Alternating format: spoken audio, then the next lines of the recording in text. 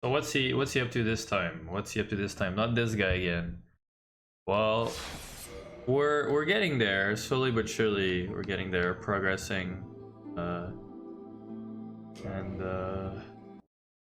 making our way towards the end of the game. I don't think I'm gonna do the expansion content right now, actually, because you need light. And while I could equip a light spell, I have a better idea. And it lets us progress a different area that has pretty interesting things. So I'd like to do that instead. But first, we'll use the key we got last episode, the crest key, to talk to an NPC. You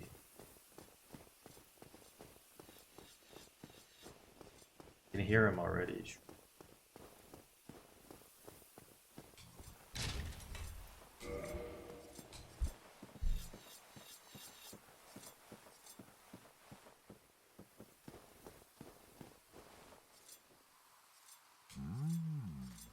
A visitor, have we? Thou must be the one who freed Artorius. An old friend he was. Thanks to thee, he left this world with honor intact. And here I am, retired and blind. Of little help to thee, I'm afraid.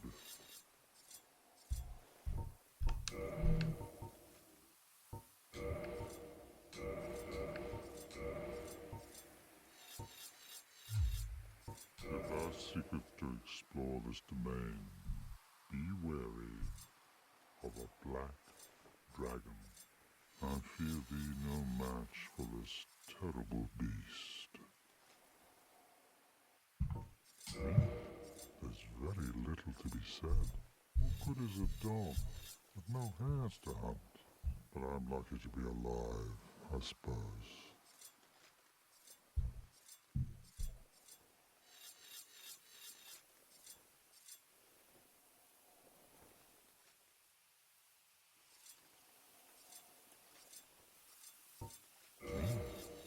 What good is a dog? But I'm lucky to be alive, I suppose. Yeah, so Farewell, human. Lead thy life as thou seest fit. our friend Hawkeye Go here, he's he hunted dragons like the rest of the Great Knights. Now there are no dragons left. So he's just carving some little wooden fucking nuts. Little carvings. I always like these carvings. Very good. I think it speaks to their approach to multiplayer and how back in Demon Souls and in Dark Souls, the multiplayer was this very is this very mysterious thing where the interactions were kind of very well, typically few and far between, and also very nebulous. Like you weren't necessarily meant to play with the same person every time for multiplayer, and you weren't necessarily meant to you weren't necessarily meant to be invaded that often, but invasions are supposed to be scary and change the way you experience the game. And because of their kind of hands-off approach to multiplayer, playing with other people would mean there was no way to communicate. You didn't have voice chat. It was hard to coordinate things, which is why the gestures exist, so you could communicate with other people. And then in Dark Souls, which gestures were also in Demon Souls, and then in Dark Souls 1 they also added carvings and in DLC to kind of talk in a more direct manner with your the people you summon. Hello. And so this combined with the gestures, it made for some pretty kind of limited conversation, but you could still kind of tell what you were trying to tell. And it's the same thing with the messages that you can leave on the ground. The messages are very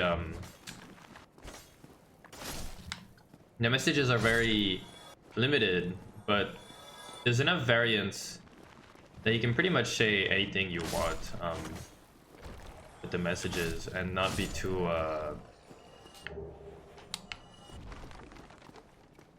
you don't feel too limited, even though it is very limited.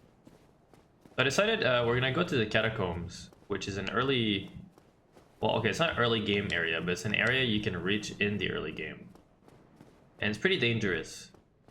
And this is the kind of area where I'm kind of torn about what it's supposed to offer, because the idea is if you're able to brace this area early, is brace the right word here? If you're able to go through this area early and conquer it, you get access to the Rite of Kindling, and the Rite of Kindling lets you kindle bonfires beyond the usual limit of 10 Estus flasks.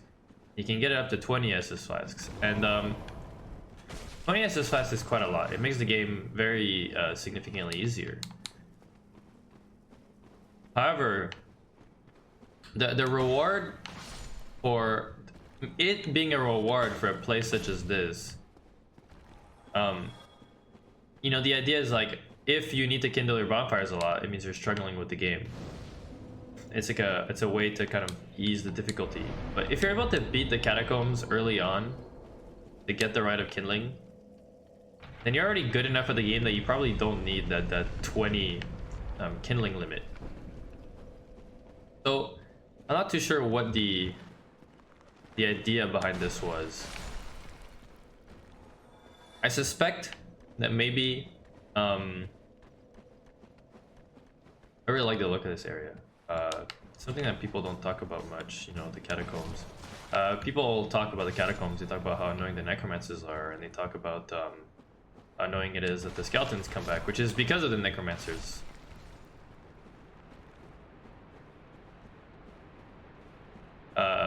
But if you use a divine weapon, then the necromancers can't respawn the skeletons. So it's an advantage for a paladin, I suppose, a paladin-like player to use to come here and have, you know, your holy weapons to then kill the skeletons and be able to go to the catacombs. And I guess that maybe is the idea, is that if you are a paladin, you would want to come here early. And you know, a paladin character, a paladin build tends to be very like tanky. So maybe it's to make you even more tanky by making you have, you know, that 20 Estus limit. And I could see that. I could see that, like, oh yeah, you're a paladin, you came here early because you have like a holy weapon, which are pretty easy to get. You know, you go to Darkwood Garden, you beat the Moonlight Butterfly, and you have access to the Divine Ember, so it's not that bad. You can do that super early, and then you come to beat Pinwheel down here. You come to beat the catacombs, and you know, you have a pretty easy time in the catacombs, because not only do they not respawn if you kill them with holy weapons, but I believe they're actually weak to holy weapons as well.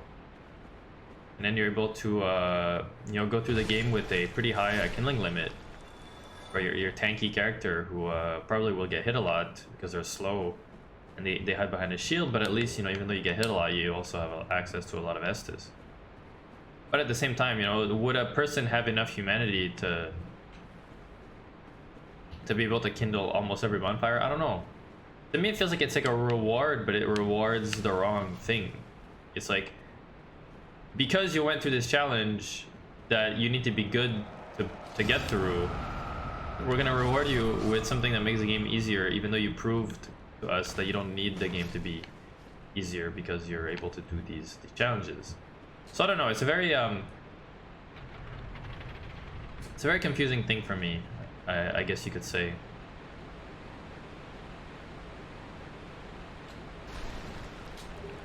But the Catacombs actually has a few things in consideration for players who wish to go through early. So maybe, you know, if the challenge is not that bad, and I'm kind of exaggerating it. Of course, now I'm like too strong for the Catacombs because I have the Lord Vessel. I have a pretty well upgraded weapon. You know, But the thing is, the catacombs is kind of just a transition area to just a transition area to the late game area. It's kind of like how you could say Darkroot Garden, which is kind of a low level area, is a transition area to Sif's arena, but also to New Londo, because you need to beat Sif to be able to beat the boss of New Londo, because you can't survive in the Abyss without the item you get from killing Sif. So, you know, I like these kinds of interconnected areas, and I like that, for example, if you come here after doing Lost Izalith, you have access to the Sunlight Maggot, and since you have access to the Sunlight Maggot, it makes Tomb of the Giants easier. And now that I think about it, that's probably what I should have done. I should have done Lost Izalith, gotten the Sunlight Maggot, and gotten the Sunlight Maggot, and then done the DLC and done Tomb of Giants. Because the Sunlight Maggot is like a permanent torch that you don't need to hold in your hands. And while that's true, I wanted to showcase the, I suppose you could say that the challenge of the Tomb of Giants. So not having a Sunlight Maggot, I think, is a good call. Because I always talk about, you know, different ways to do difficulty, and one way to do difficulty is to do environmental hazards, or to change the level conditions. And in this case, Tomb of Giants is a pitch black level that also has it's a pitch black level that also has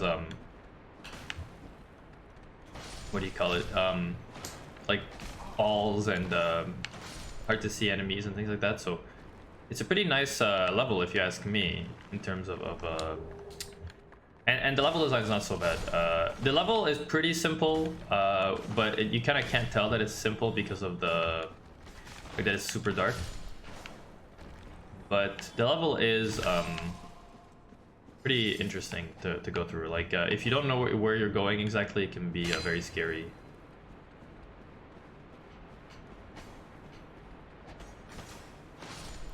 You know, I'm breezing through here, but I think that's the intention, because like I said, this is kind of an early game area. Pull on this, open a door, but we're gonna go down here. There's like a jump you can do. It's kind of tricky. I always forget that there's other platforms that you can't see. But it's okay, because it gives me an opportunity to kind of show what I wanted to show. But in the catacombs, which I guess is a like I was saying, it's a consideration for if you come here early, you can actually, you don't even need a divine weapon. You can kind of just skip the enemies. And the reason for this is that there's a few jumping points if you want to take the risk. A few jumping points and like shortcuts, because it's basically a ravine, right? So you can do vertical traversal using the like, for example, you could jump off here onto down there, and that would be a shortcut. And otherwise, if you don't want to do that shortcut, you can also just activate all these bridges, and over time you can jump from bridge to bridge. Because every time you activate a bridge, it's like soft progress, like I was and by soft progress I mean progress where if you die, it's maintained, even so you don't need to go forward necessarily. See, like here, pretty sure you could jump off down here. I'm not gonna fuck myself over.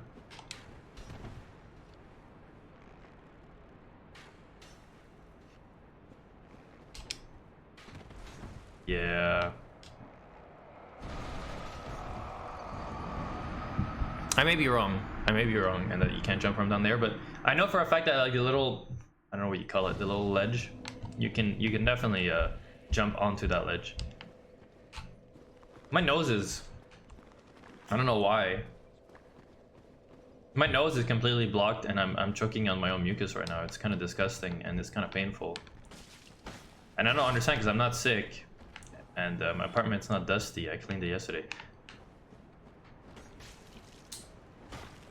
What's nice too, I guess you could say, as a consideration for if you come here early, is that the skeletons are rather weak. And if you have any amount of poise, any decent amount of poise, the skeletons, I can't even speak. The skeletons don't do that much poise damage, so you're not, you're very rarely gonna get staggered by the skeletons. So even though they hit a lot and they can cause bleed, their individual hits aren't that dangerous. But they're dangerous in numbers, and it's kind of like a battle of attrition because they keep respawning and they keep like small chip damage to you. And the catacombs also, I guess you could say it kind of feels like a maze somewhat because the environments are very similar. But I don't really know if I would say it's very maze-like. It's more so that it's a treacherous environment, especially with the statues that deal damage. But you can actually, yes, you could jump down there, or you could jump down there. But yeah, the statues here. This one has the Mask of the Father on, you can see. And it's only the statues of the Mask of the Mother that actually hurt you. If you pay attention, you can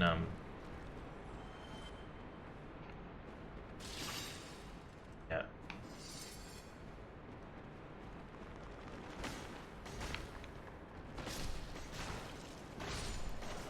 So I believe that I opened this door over here by activating the yeah, I believe I activated the door nearby because of the lever that I pulled.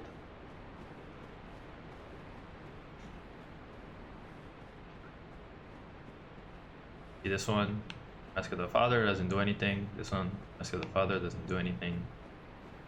But you know, as a player, you're kind of scared. Over here, there's a illusory wall, and I guess I don't know if it's a well-placed illusory wall. Definitely a well-placed bonfire. It's like halfway through the depths, the catacombs. Which once again, you know, it's a good way to help players if they're coming here early. But I guess the way you're supposed to kind of know is that there's a statue with the Mask of the Mother here, so it hurts you. It's like, why would there be a statue that hurts you at like a dead end, right? Maybe, and then even if you don't think like, oh well, why is there a statue that can hurt you at a dead end? You'll think like, well, I'll roll through the attack, and by rolling through, you're gonna hit the invisible wall and pierce through, and you won't hurt yourself, and then you'll open the door. So over here, if you come here early, there's Patches who will spin this while you're walking on the bridge, and he'll make you fall to your death, and he'll laugh at you.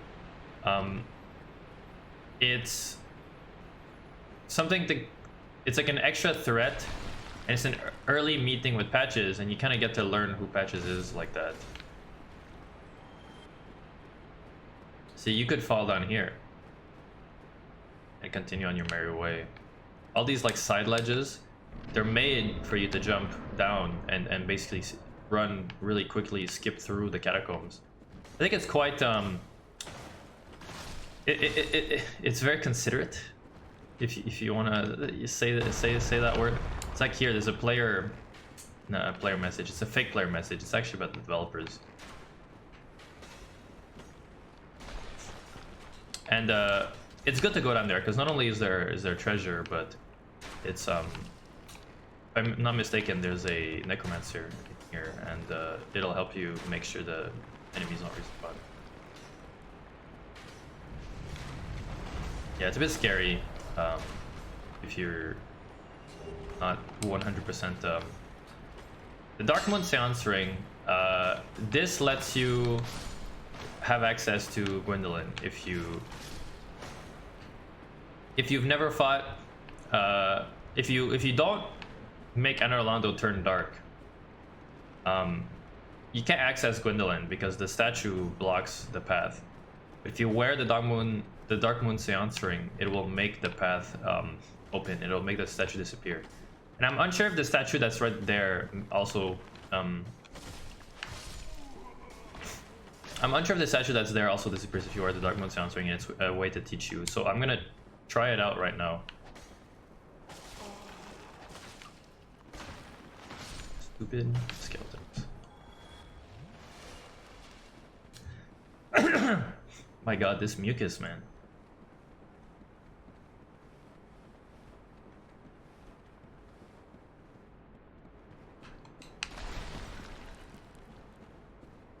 I like the look of the catacombs. It looks a bit like wet and ouch. It looks a bit wet and like it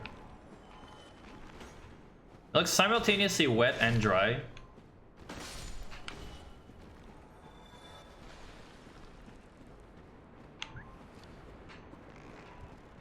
Yeah, I know where we are.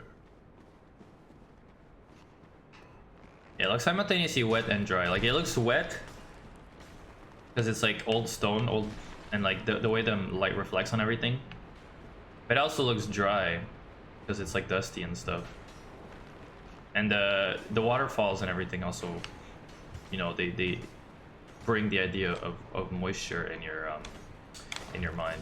That's something I appreciate about the Dark Souls maps, is that I feel like a lot of the maps are, they're very evocative of whatever they're supposed to make you feel like.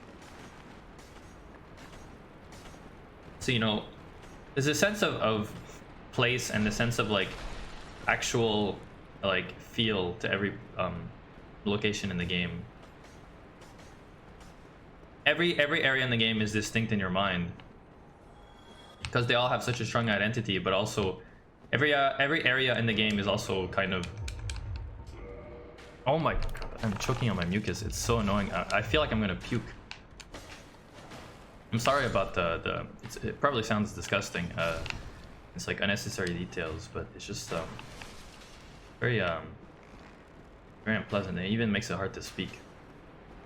Yeah, here there's like a statue, and if you wear the Dark Moon Seance ring, maybe the statue disappears the same way that the Gwendolyn statue disappears. I'm unsure, but we can try.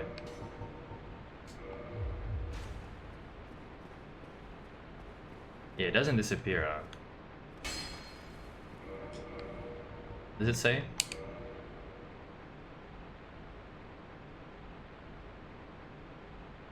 Yeah, it doesn't say that it lets you access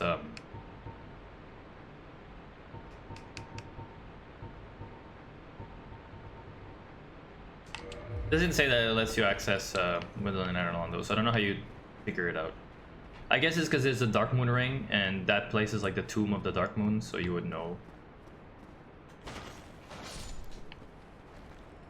But it's one of those things. Once again, it's like a little Metroidvania type touch. You know, it's a little Metroid level design thing where you basically guess. Areas are connected kind of loosely, and like content is connected kind of loosely by like via items.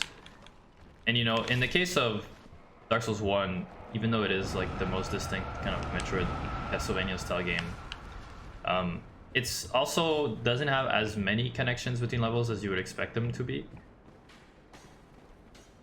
But it's also nice that there's multiple ways to get to the levels. Like, you know, Gwendolyn, it's not a level per se, but it's a boss. It's content. It's you know, it's things you want to see, and stop. I hate you guys. And it's like, okay, so you come here in the catacombs, which you know is an area for clerics. You come here in the catacombs, the cleric area, to get an item for faith characters, the Dark Moon Seance ring, like a cleric thing, to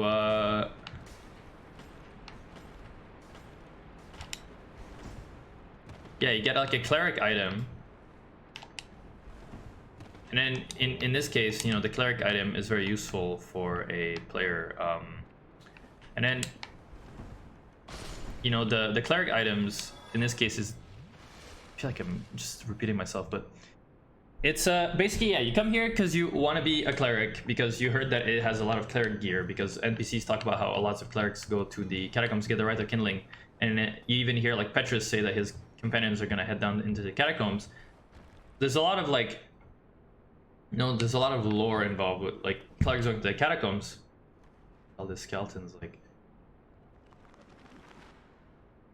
and you come down here, you get the Dark Moon Seance Ring. Dark Moon Seance Ring is related to the Dark Moons. Dark Moons are a faith-based faction, so you know, everything ties well together.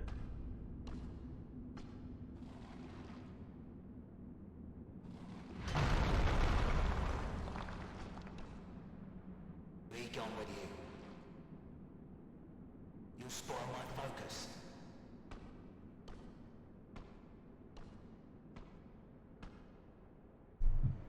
I always liked oh my god. I always liked Blacksmith Vamos because he has oh my god. Because he has the most like compressed sound file in the entire game. When he talks, it sounds so bad. But it adds character to it at the same time, so I don't know, man. Maybe that's a good thing.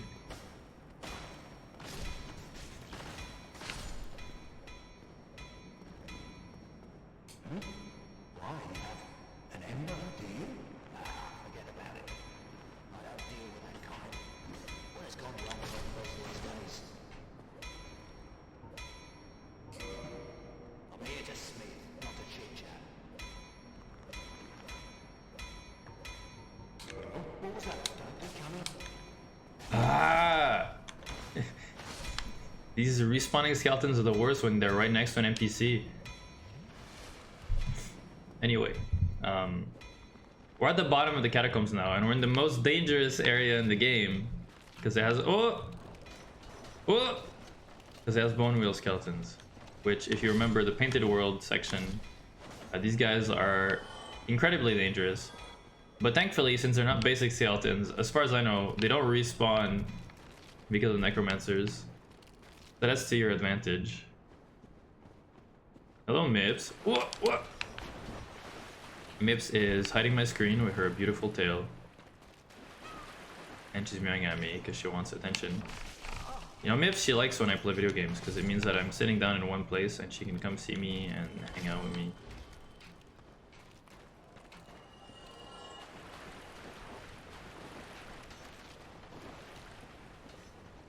Yo, this guy had a bone wheel inside of him. Well, the difference between here and the Painted World is that in the Painted World, the area that you fight them is pretty small, so they're you have less room to maneuver around them. Whereas here, you have plenty of room. Hello, Mips. Yes. I think the catacombs, I'm gonna beat the boss, but then I'll go back up and I'll show you the path down, like the quick, so to speak, path down. Whoa, Necromancer, here you are. Meeps. You're meowing at me, but whoa! I knew there was a Black Knight here, but I couldn't remember where he was. Meeps. Oh, he's still alive. Good for him.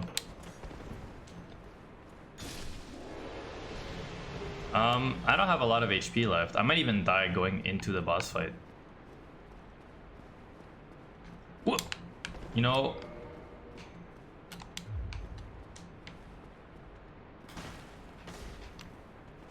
maybe that means it's a good opportunity to get out of here and show the path that I wanted to show. Actually, no, there's something else I want to show about the catacombs.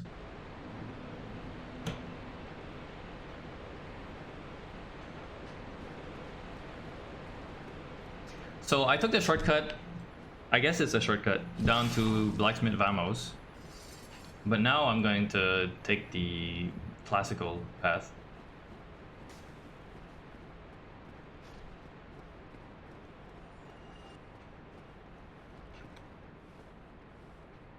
My big hat actually makes it hard to see where you're supposed to jump. So I guess if you come down here and you want to do the skips, don't wear the big hat.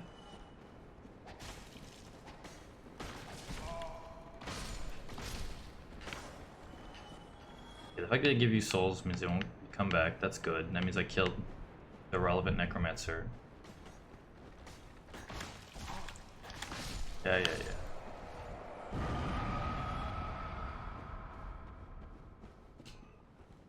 Catacombs, sadly, feels like an underbaked area. I think there's a lot of thought put into it, but I think that in the end, it's still underbaked. See, then down here, you can jump onto the ledge down there with the items. So that's one way to continue skipping. I'll show you. What's nice is that the catacombs is a good way to go down and beat the boss. That way early game characters can get the right to kindling and skip everything, and they feel smart and strong. The problem with that is that then you don't have the Lord Vessel, so you have to go back up, and going back up doesn't have the same considerations as going down. So you end up getting your butt destroyed by skeletons and things like that. I also wanted to showcase something kind of strange. There's a little grave here, and if you hang out in the grave, it takes a while. It feels like it serves no purpose, but every time something seems like it serves no purpose in Dark Souls, it actually means something.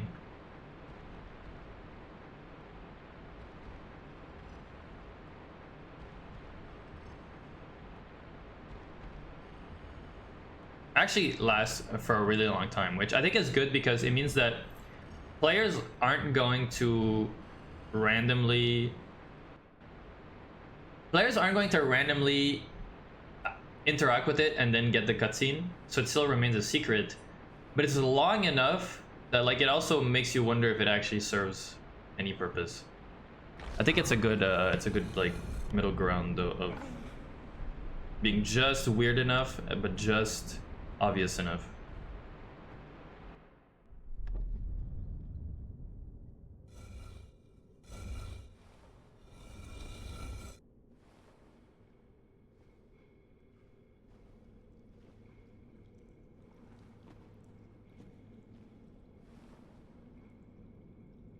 Here we are in the Nito boss arena. We'll be here very soon. So this is the Nito boss arena, and you can come here and pray to Gravelord Nito to become a Gravelord.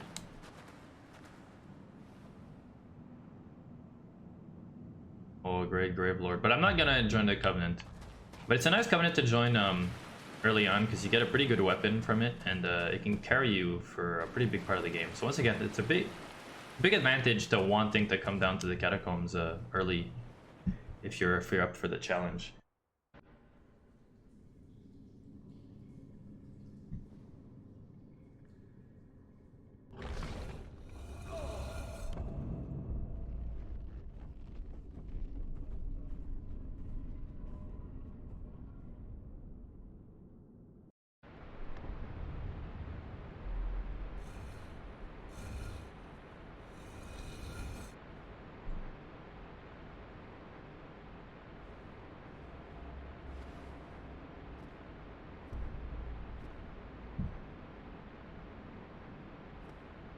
Ah, we're back.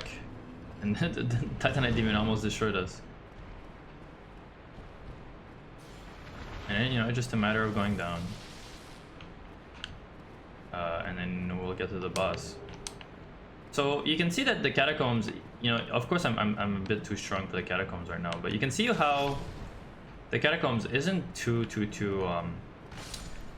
difficult, except for the respawning skeletons. That's probably a big mess for a lot of players. But the game, you know, there's a few characters that tell you that it's good to bring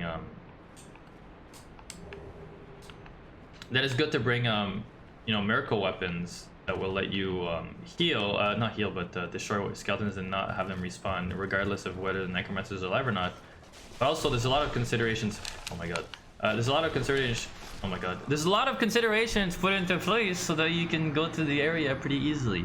But I wanted to say it, but I kept getting interrupted by these bone skeletons, who turns out are pretty bad, but they're not as bad as the ones in the Painted World, who do more damage and are in a smaller area. Here, just because I was too, I don't know, cocky and lazy at the same time to fight them, I'll just walk past or run past. But you know, those enemies, you can never underestimate them. Ooh, yeah, this is how you get through the catacombs. In theory, anyway. Go. Yeah.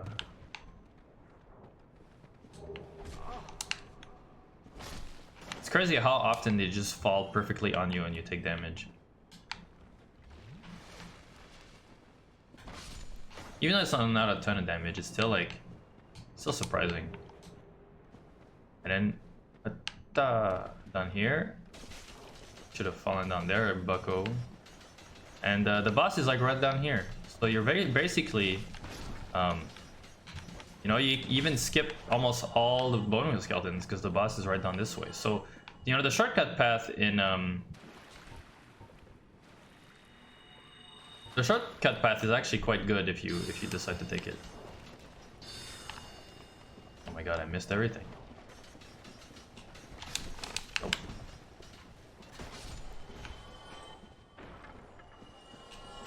Nope.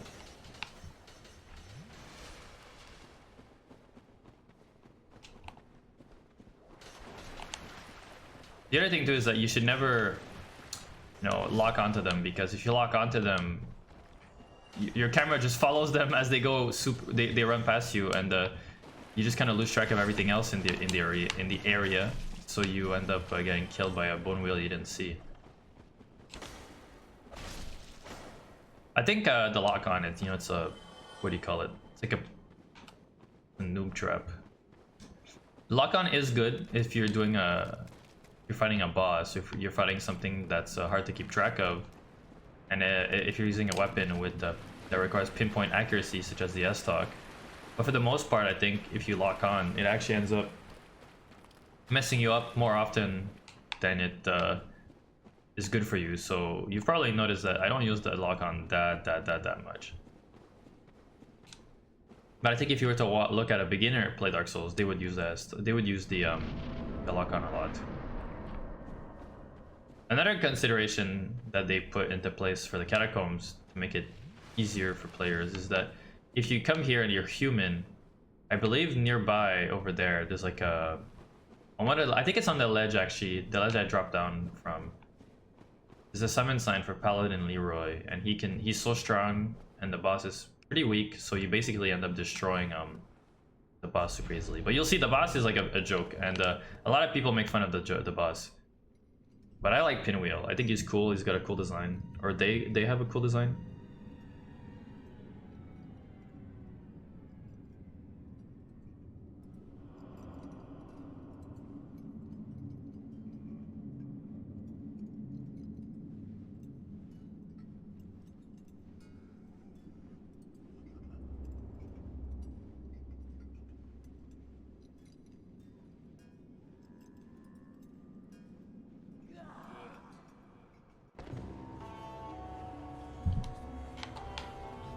So Pinwheel's gimmick is that he can cast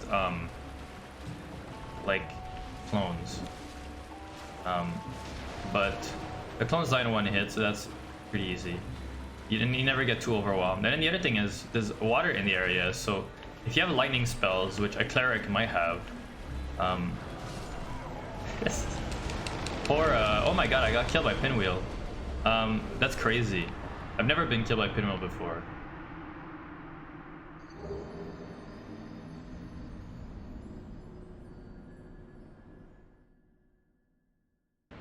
But yeah, what I wanted to say was, you know, Pinwheel's in an area with water, and like you saw when we fought the Sanctuary Guardian, if you cast a lightning spell into water, it does a little area of effect splash damage where the lightning kind of spreads, and that's actually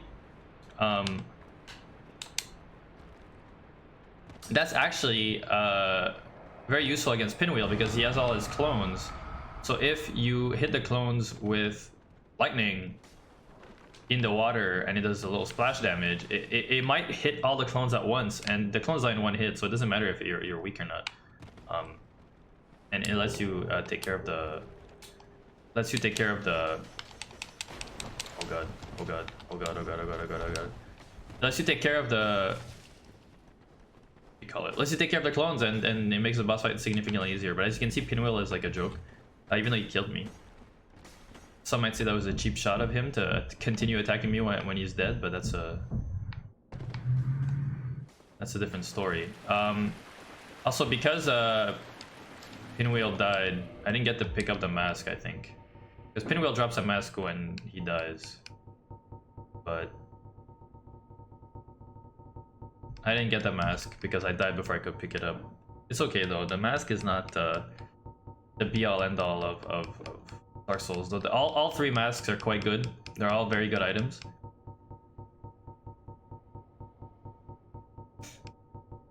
Yeah, no mask. And I'd rather keep my big hat because it's a nod to my boy Big Hat Logan, my mentor, who taught me everything I know in Magic.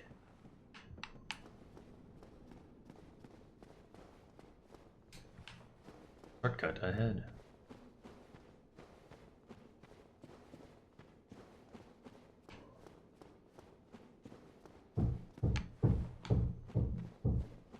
What the hell? My ceiling is like knocking. It's a shortcut to leave, I guess. I don't know what they're talking about. Another one of those developer messages where I'm not too sure what it's meant to signify.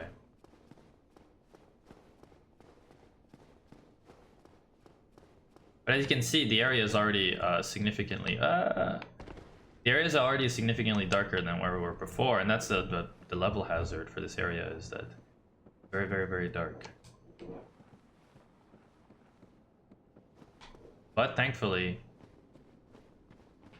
or not, the torch. You can get a torch. I don't remember where the torch is. Isn't that the torch right there? How does one access?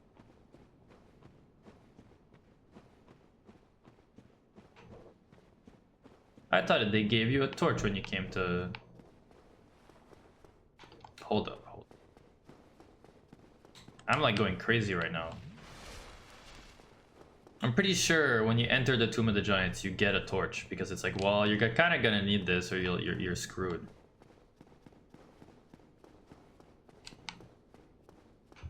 Okay, yeah. This doesn't go anywhere.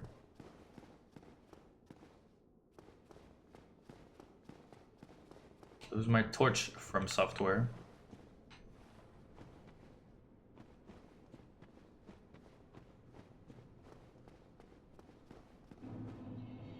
Tomb of the Giants. You can see the glowing eyes. The evil big skeleton man. Every single time I record, there's like fucking construction. There's no construction all week, and then oh yeah, I'm gonna record a video, and then there's construction. It's actually, dare I say, quite frustrating. Also, I'm pretty sure that was the torch, and I just got screwed so bad. It's really dark. I like that a lot. I think it's you know, in games they're always like, you gotta be careful because at night it's dangerous. Well, in Dark Souls, you actually have to be careful. Darkness is super dark in this area. You can barely see 2 steps in front of you. Oh my god, man. This stupid ass construction. I might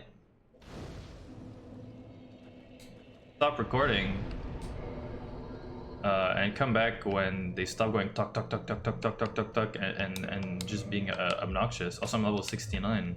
Haha. But yeah, as you can see, Tomb of Giants is extremely dark, and you're supposed to go through with a torch.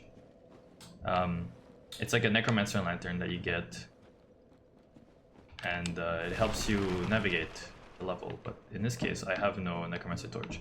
And the idea behind the necromancer torch is basically like, well, you kind of have to sacrifice your shield, because in one hand in one hand you'll have your shield, and in the other hand you'll have your weapon.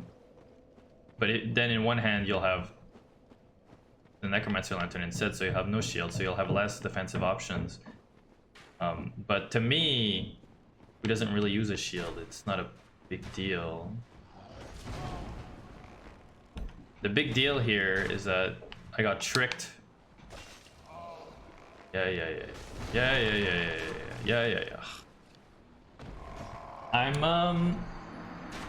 It's the first time this has happened to me. Once again, I feel like this playthrough is just a bunch of things that happened to me for the first time, like dying to pinwheel, getting cursed,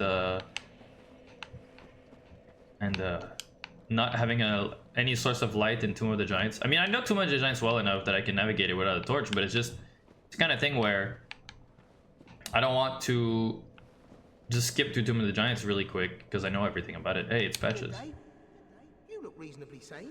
What are you doing in the catacombs? Are you a cleric or something? No? I'm gonna sneeze. Then I'd have no qualms telling you.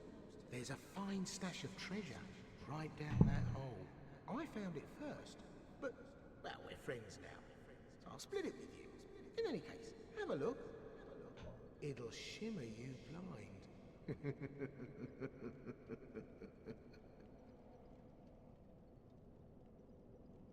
There. So Patches is obviously untrustworthy. He's a repeat of an NPC from Demon's Souls, who was also an untrustworthy bald guy called Patches. He's directly imported from Demon's Souls, and he's in every subsequent game, including Elden Ring, including Bloodborne, in the form of a spider. And he's actually kind of useful here because when he kicks you down, as you can see, when he kicks you down, he you actually do get these items, even though they're not that good. And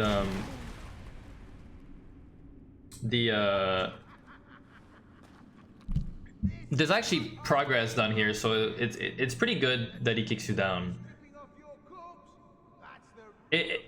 In a lot of the games, I feel like Patches, even though he tries to kind of mess you up, he it's always kind of to your advantage to some degree, except in those situations where, oh, see there's the skull lantern. Except in situations where he even situations where it kills you. All the situations where there's like a cutscene and he kicks you somewhere, those tend to be sort of to your advantage. All right, look at that.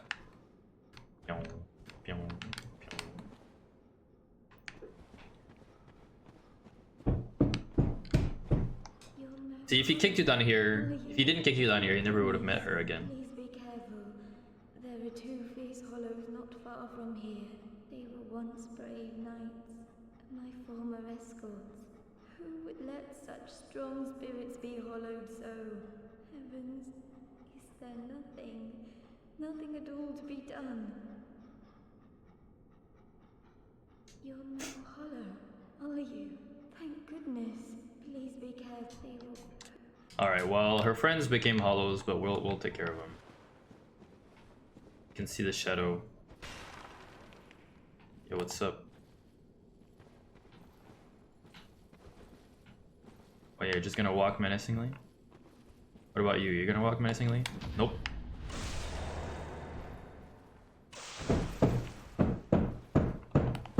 Yeah, keep doing your stupid ass construction that you only do on specific days, and it's always when I'm recording, and it's never when you're just, you know, you never do it.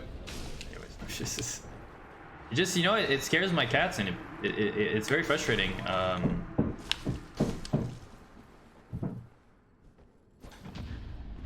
It's frustrating for me. It's scary for the cats. You know, I don't understand why they take such weird times to do it.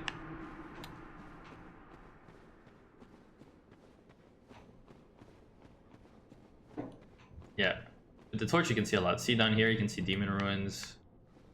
Pretty cool, pretty cool.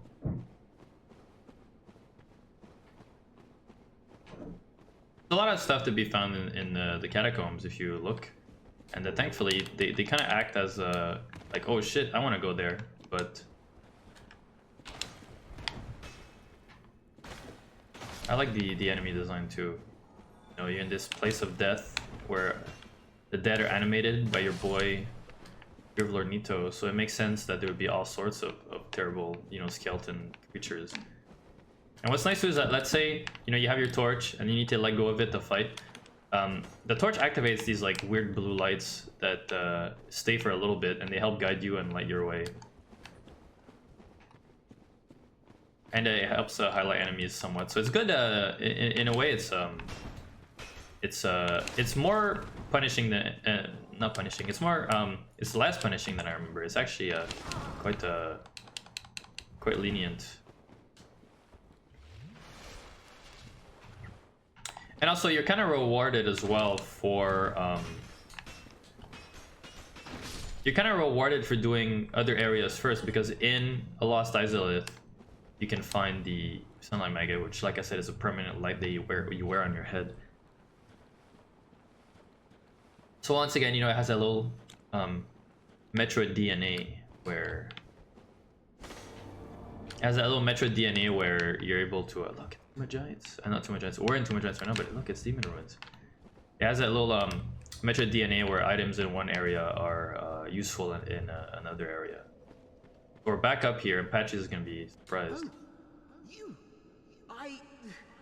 Well, let's just calm down. Talk about things. I did you wrong, but I didn't mean it. These temptations, they can, well, overcome me. You know what I mean, don't you? Please, forgive me. You and me, we're jolly undead outcasts, aren't we? Yeah, I forgive you. Oh, brilliant. A second chance. Wonderful. I had a feeling you'd understand. I did. But, if I were in your shoes... Who knows what I'd have done. But now we're friends again. Eh?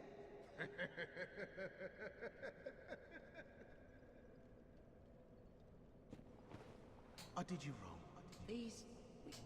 Yeah, anyway, Patches, you know, I like him.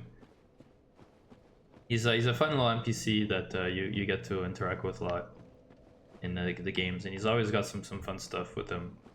So anyway, we're gonna... Oh yeah, this place is dangerous. This place, it kind of has something that I'm unsure how I feel about, but I'll show soon when I get my stuff back.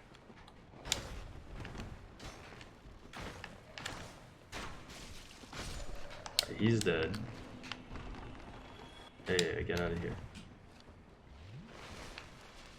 I'm getting shot at by some other guy, some other jerk.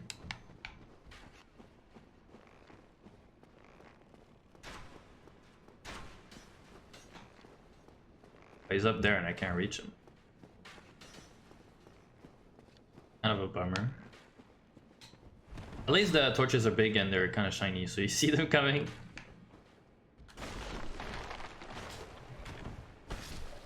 Alright. I want to go back up to Tomb of Giants, to the entrance, so that we can kind of do the normal path.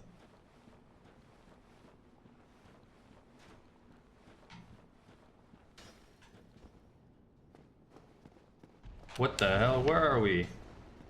Oh, I think I know where we are.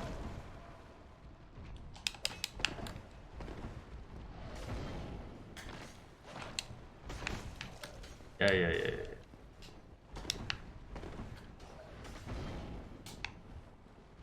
I feel like the enemies here are adequately powerful.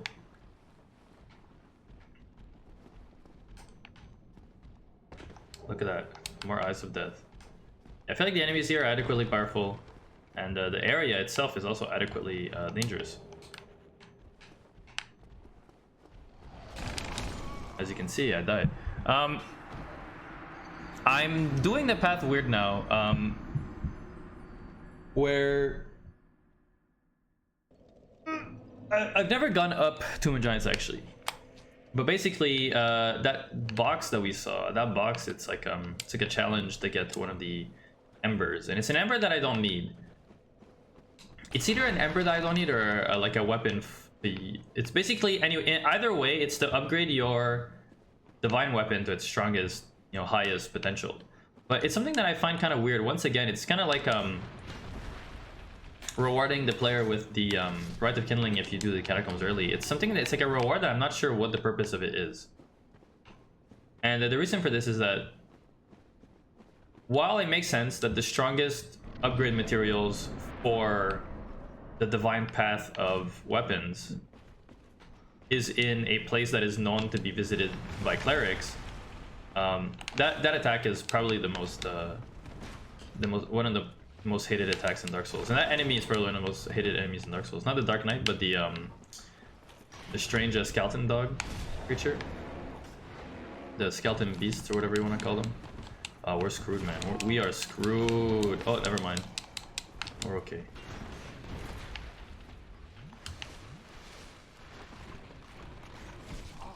Yeah,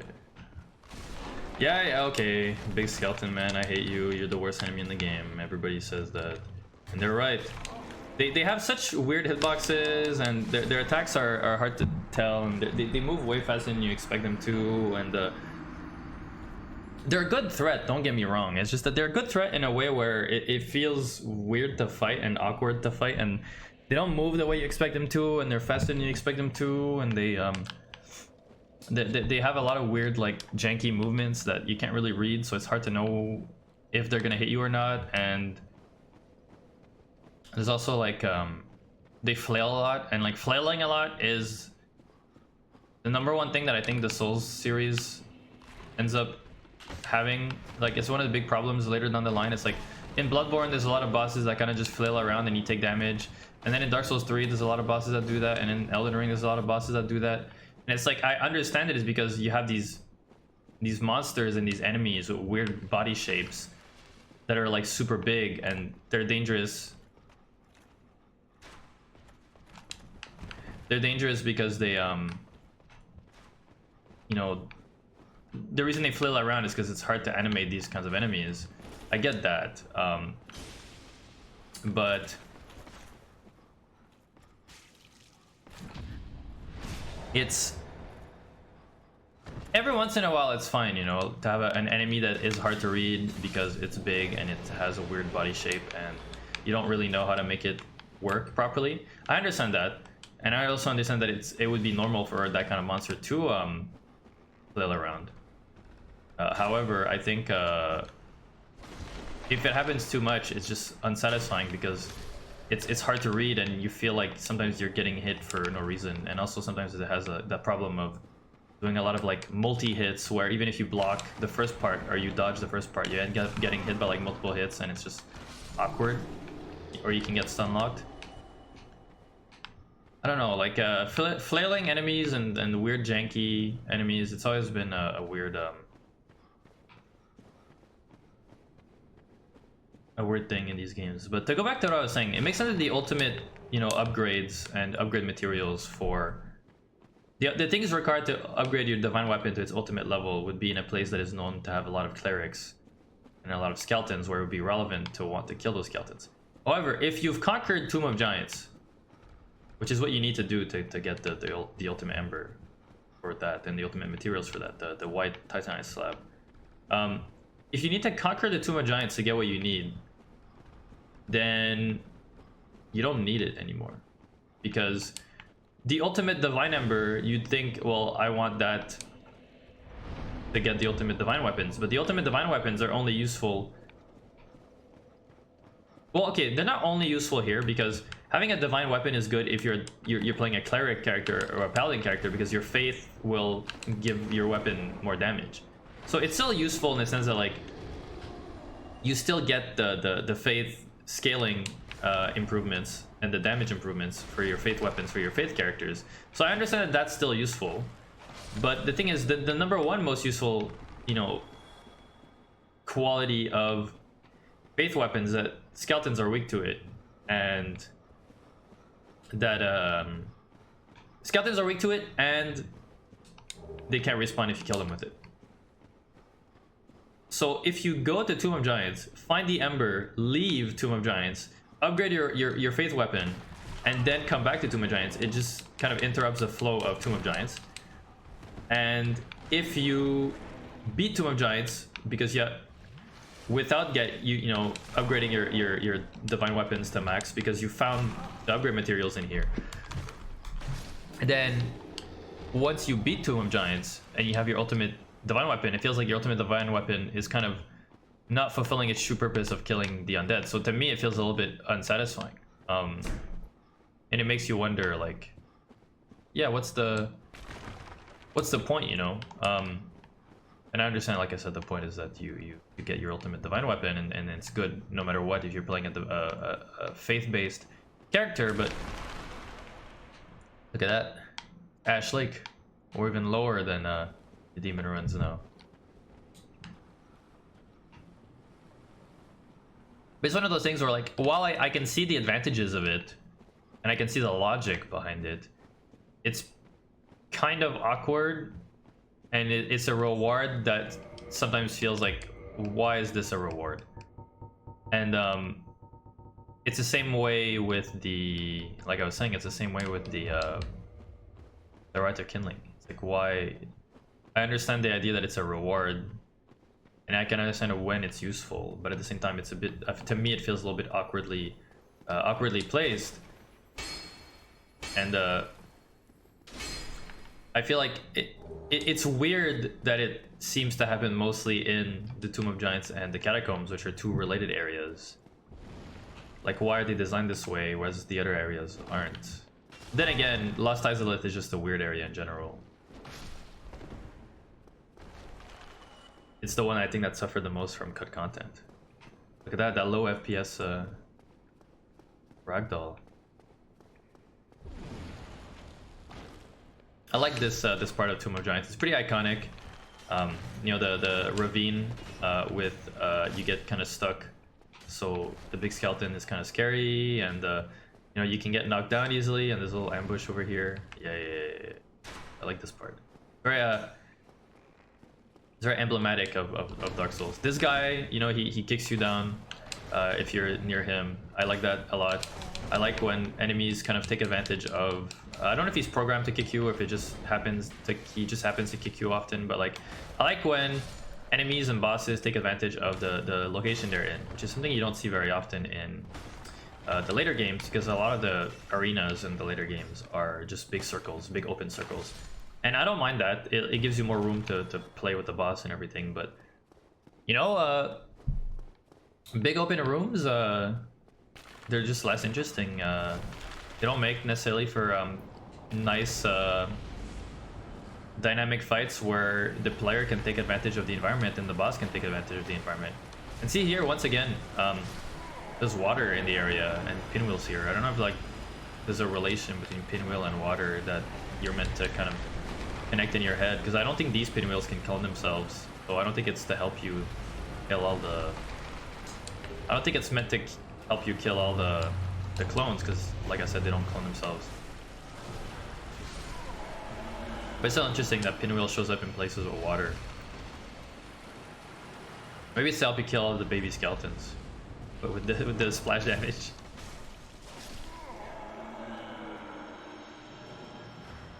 I also wonder why pinwheel is here, like why there are pinwheels here. The game likes to reuse certain earlier game bosses as late game enemies, and I like that too. It shows a sense of progression, you know. But what I wonder is, like, pinwheel is kind of a unique thing. It's supposed to be this necromancer who tried to resurrect his wife and child, and then instead they kind of fused together into one being. And that's why he wears three masks: the mask of the father, the mask of the child, and the mask of the mother. And why pinwheel has a weird body shape and like little arms and stuff.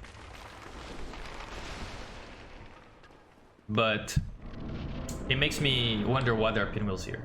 Are these clones of pinwheels that are somehow strong? Who knows? Oh, we're back. Look, we're back in this area. And now it's Grave Lord Nito. And once again, this is something I find interesting, but I don't know how I feel about it in terms of like, is it good, is it bad? But So Gravelord Nito is the Covenant leader of the Gravelord Servants. Makes total sense. You can become a Gravelord Servant, and then not long after you become a Gravelord Servant, you kill Nito. And then you don't have the Covenant anymore because you're like a betrayer to the Covenant. I understand that. Ouch. I understand that. Gravelord Nito is a god, so you have to kill him. So you know, when you play the game. Oh my god. You know that you'll have to kill him eventually. Stop spamming your stupid attack that I don't know how to dodge. Okay, the Skeleton's respawn, so it's a good wow.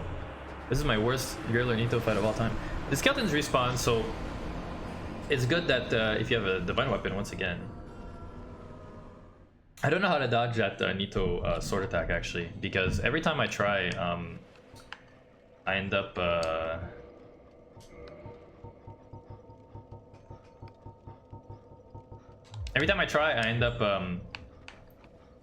getting demolished.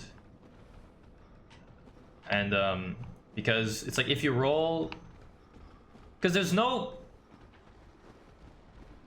it's not like there's no tell. He screams and then a certain amount of time after he screams you get attacked, but it's like instant, so there's no way to really avoid them because they come from under you, they don't come from like next to you, and they just deal a lot of damage, and then you die.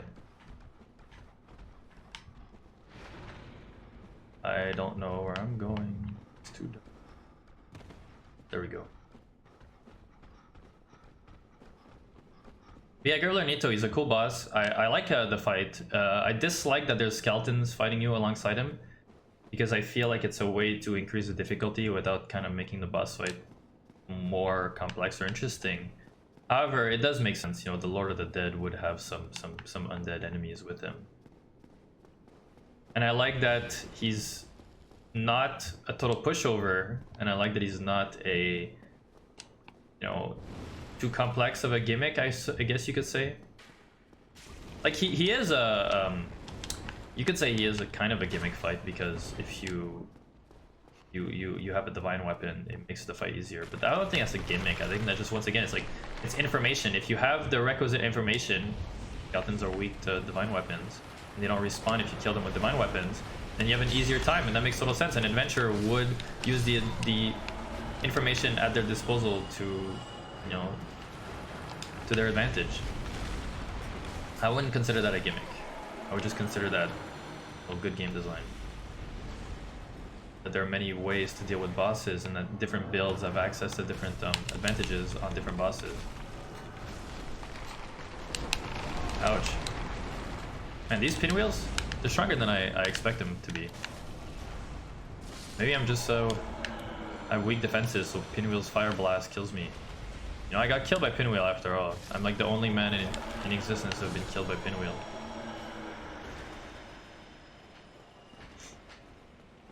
Yeah, Nito's attack, I don't know how I feel about the Gravelord sword attack. Another thing I don't know how I feel about is, and I've talked about it already with Stray Demon, but I don't know how I feel about falling down here. Because you lose a lot of HP, and I get that it creates this sense of panic, because you fall down, the cutscene starts, and you hear, wah, and then you get attacked by the foot. He screams, and then you get attacked by the sword. If you run towards Nito over here, you have to deal with the big skeletons, which is kind of a really shitty thing. So it's better to stay over there. But if you stay over there, he's gonna use his Gravelord sword on you like 7 times, and you'll get killed before he even gets to you. So kind of sucks. I don't know if the big skeletons respawn or not. I don't think they do. I like the music a lot. I'm talking over it, and there's like a lot of sound effects, but I like the music a lot. Yeah, they respawn. I actually like that. It makes sense that like Gravelord Nito would be able to respawn it. It makes sense that Gravelord Nito would be able to respawn the big skeletons, because he's the lord of the skeletons. He's so cool, man. He's such a cool design. He's such a cool boss. But I'm very cool. Oh, he's doing his shadow attack. I forgot about that attack. It's cool because he kills his minions that way, so it makes the fight a little bit easier. I should have waited over there, I think. I think Nito suffers potentially from being a bit too big for his own good. Ouch. Because he swings so widely that you end up often he swings above you and then you don't get hit. Wow. Okay, next time I'm not gonna go towards Nito. I guess you could say this fight is a fight about patience, but it's like, how are you supposed to know, right? I'm gonna blow my nose, hold on.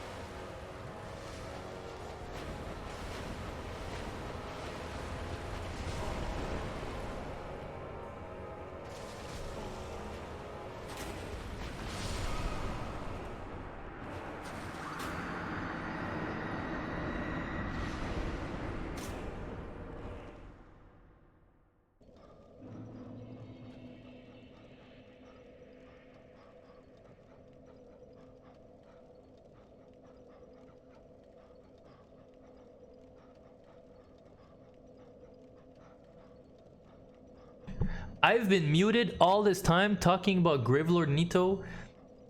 I think I blew my nose at one point and then I didn't unmute myself. I don't know how long it's been.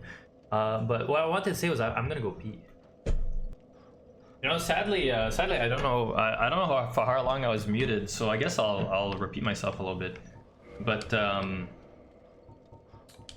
yeah, my idea that I was talking about before was how in Dark Souls and in a lot of the games by From Software, not just Dark Souls, but even like Kingsfield, there's this idea that like the lower you go, the older things get, and the lower you go, the more kind of like gross things can get as well, more like corrupted. And in this case, it's one of those situations where I think down means old and not corrupted, because I would say that the Tomb of Giants is one of the purest areas in the game.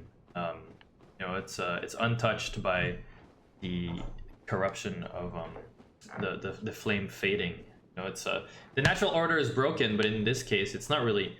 In Gravelord Nito's realm, nothing's broken. You know, it's the Lord of the Dead and his skeletons. That's exactly what it is, and that's what it will be forever. So it's more like the lower you go, the more primordial and the more ancient it gets. And this really feels like a primordial place. You know, it's like these ancient caverns. You know, and once again, it makes sense that like a giant cavern like this would exist because we've seen that the catacombs are in a ravine with water flowing through it, and the water, as we know, as water flows, it can erode things over time. So the fact that it's such a big hole means water has been flowing here for a long time. It's also probably why there's water here, because it's to signify that the flow is what like caused the erosion, and but also because for some reason Pinwheel's always with water.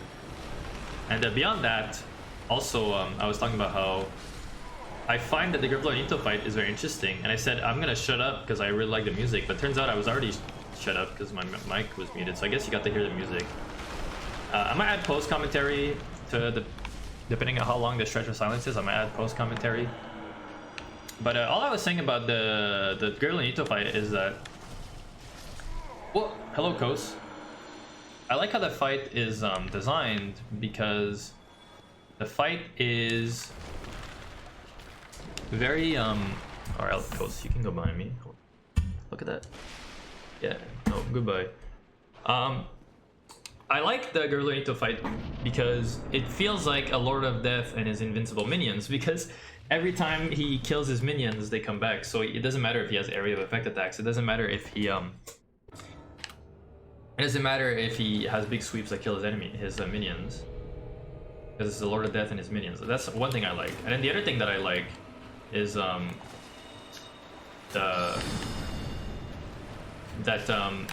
once again, there's water down here because, you know, you're at the lowest point of the world, so that's where the water builds up.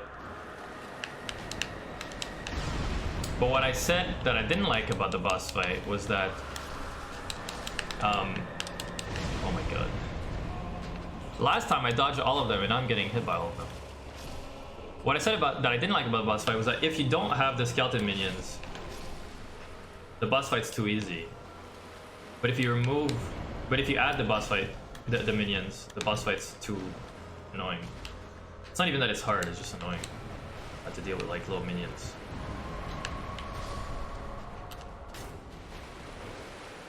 At least he can kill his minions and you can kill them too, and they're pretty easy to kill, you know, they're not too strong. He has such a cool design. I wish, you know, he had more of a fight of his own, where instead of having to deal with... I feel like you could make him have such a cool moveset and like abilities, but instead, you know, it's just having to deal with the skeleton minions and having to deal with... Oh my god!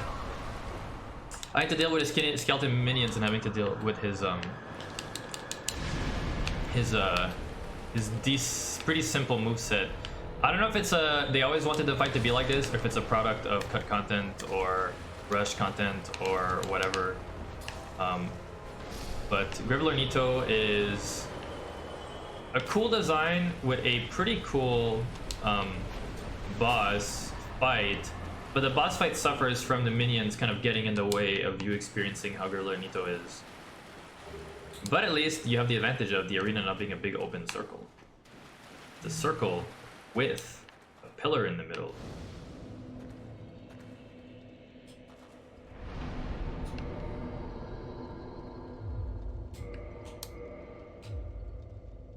But other than that, I don't have too much to say about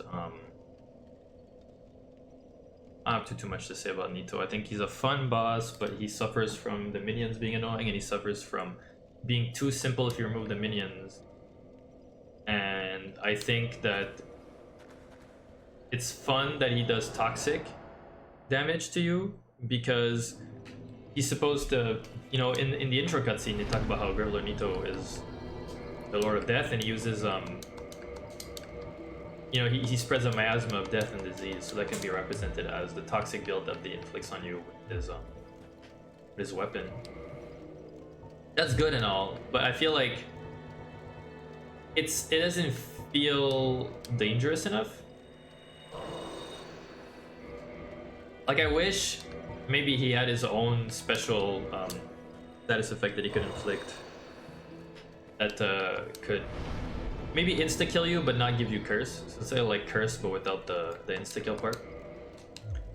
Not curse with the insta-kill aspects of curse, but without the half health reducing thing. That way he really feels like the Lord of Death. Like he just inflict death on you, just like die, you know, like in D&D, power word die, power word death. Now I think is an appropriate time to go through DLC. Now that we have our little torch.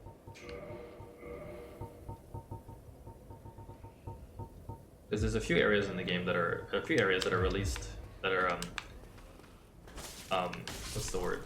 Shown by light.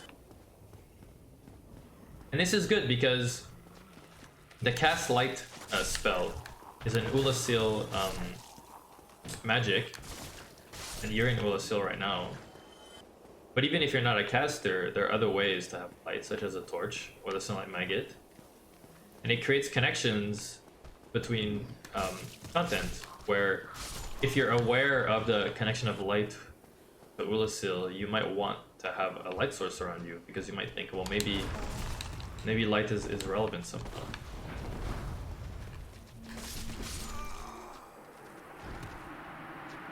Alright, stop being so cocky. Stop being so cocky because you beat your Lornito. You're better than this.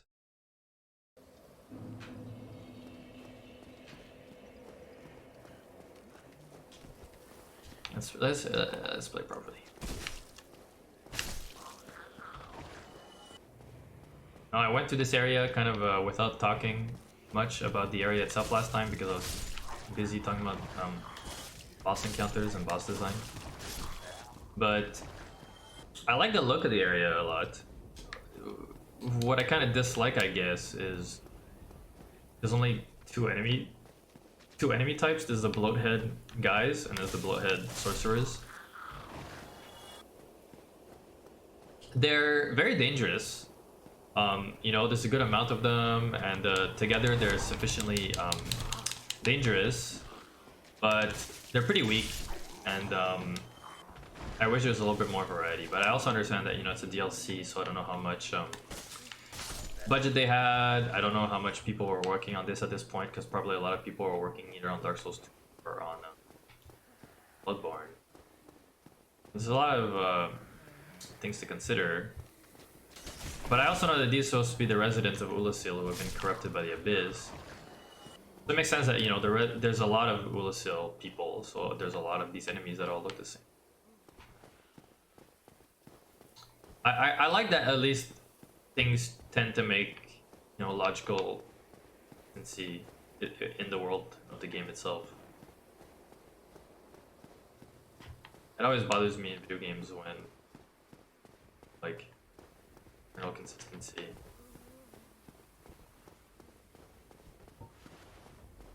Or like enemies just feel like they're enemies for the sake of being enemies that are placed there, you know, no like thought behind it. And here, like, even though you could say there's almost no thought behind it because it's the same two enemies placed everywhere, I think there's at least some, like, they have a pretty strong design, and the sound they do is very interesting. They laugh and sound weird, and they have like decently varied movesets. And then they have a buff version later on that have slightly different abilities, I think. Because like these guys, I never see them cast the weird like dark mist. But the ones later on, when everybody has glowing eyes, they do cast dark mist spell.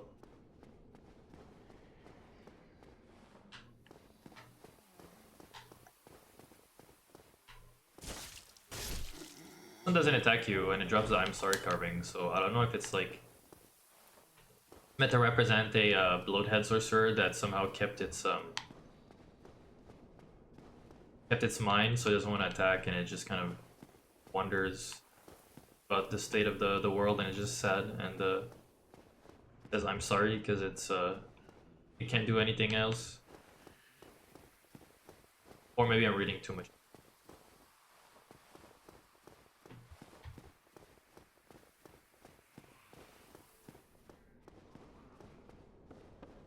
With the Steel Township, it's a pretty cool level in the sense that it's very... There's a lot of stuff going on with like little side paths and secrets and things like that. But if you don't want to do all these little side paths and secrets, the level itself is pretty straightforward and pretty linear. And I think that speaks to like a lot of Dark Souls levels are like that. Here it says, let there be light. No. This is a pretty important item. Silver pendant. I'll read the description section. Silver pendant engraved with the crest of Artorias, one of the ancient treasures of Anor Londo, presented to Artorias for facing the abyss. Effectively deflects the dark of the abyss, especially in its magic form.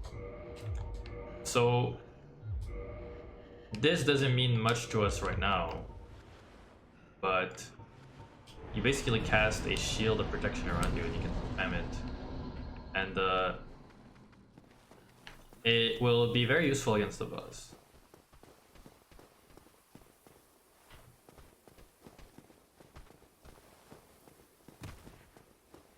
I also like that it's an item of Artorias. And I also like that it's kind of hidden away. So I can't tell if it's hidden away because it's meant to signify that like it was stolen from Artorias and they made sure that Artorias wouldn't be able to find it again. So that's why you got corrupted by the abyss. Or if ouch. Or if Artorias put it there and then hid it behind a wall of light, specifically so that or him, or like not necessarily not necessarily that Artorias did, because I don't think Artorias can do light sorceries like that to create like illusion walls. It's probably somebody from Hulasil who did that. Probably an ally of Artorias, but at the same time, as far as we know, all the residents of Hulasil have been turned into these bloathead creatures, so it's very possible that a bloathead creature hid it from Artorias using the light magic that they knew how to do in their before they became bloathead sorcerers.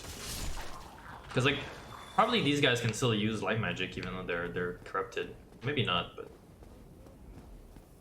anyway, it's hidden, and I think it's a good reward for exploration and actually paying attention, because it's a very good item for later on.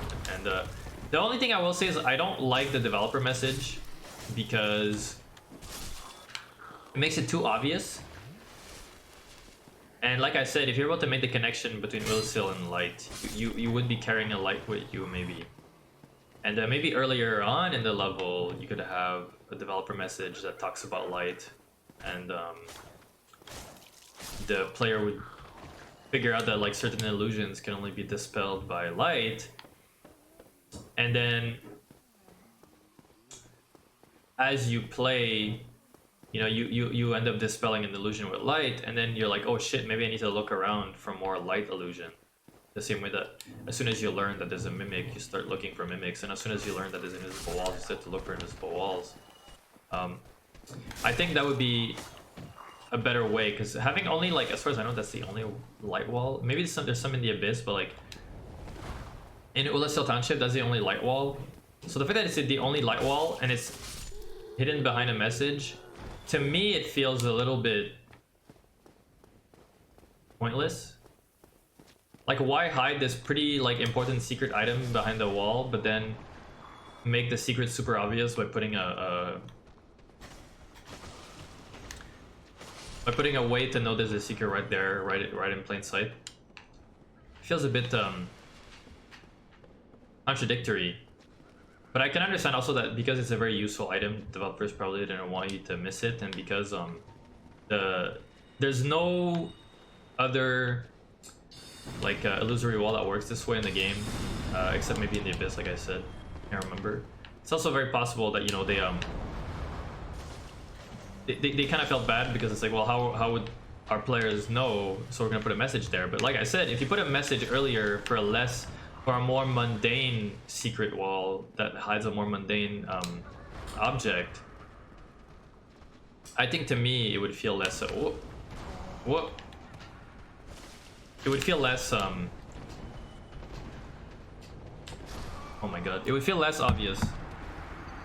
Like, let's say there's a wall and it's hiding, like, I don't know, like soul of a last undead or something. Not soul of a last undead, but like a soul item or like an upgrade material or something that's like kind of useful, but not, you know, like, oh shit, this is like actually a really important item, like a unique weapon or a unique spell or something like that. Just a small mundane item. So then you're like, oh shit, there's invisible walls that require light, and then you walk around everywhere with light. In case there's an invisible wall. Maybe the developers thought it would be too tedious to do something like that, because it's kind of like, you know, secret hunting in video games. Sometimes like people will just hit every single pixel in the game to make sure that there's no secret hidden there. So I can understand maybe they didn't want players to start doing like pseudo pixel hunts eventually. It's like, oh, if there's one light wall, there must be more, and then they go crazy about it. I don't know. Once again, it's one of those like game design things where, oh my god, it's one of those game design things where it's hard to tell what's the good call. But to me, I feel like ruining a secret that actually leads to something kind of cool is worse than making players obsess over secrets. The spellcasters they're so I don't know how to describe them. There's something about the way they cast the spell. I think they can choose how long to charge it, the same way the channelers do. So they always kind of time it just perfectly so that you get hit. It's like if you dodge too early, you get fucked. If you dodge too late, you get fucked. Pardon my language. And the dark spells do a lot of damage, surprisingly.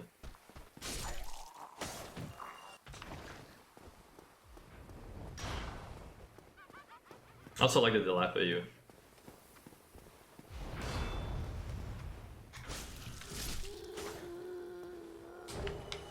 I like that laughing is like the main thing that these enemies do, whether it's the normal blowheads or the sword blowhead.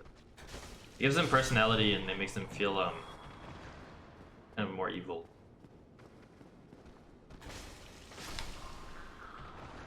I remember the first time I played the DLC, I didn't realize that the enemies that have glowing red eyes were more. I just thought, you know,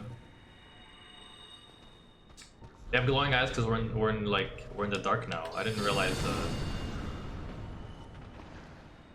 that they had red eyes because it was a different like model, not a model, but like a different enemy that they were buffed.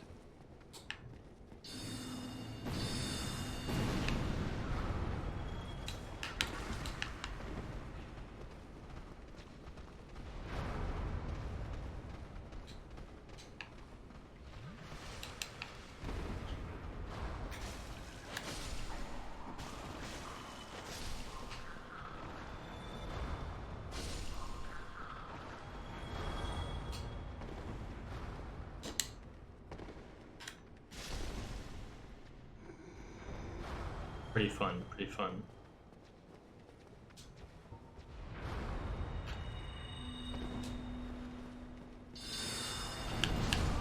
Oh my god, I got one shot? That's crazy. They do so much more damage and they're glowing red eyes. How did I get to this area so easily last time? I guess I was just in the flow because I was talking about boss design.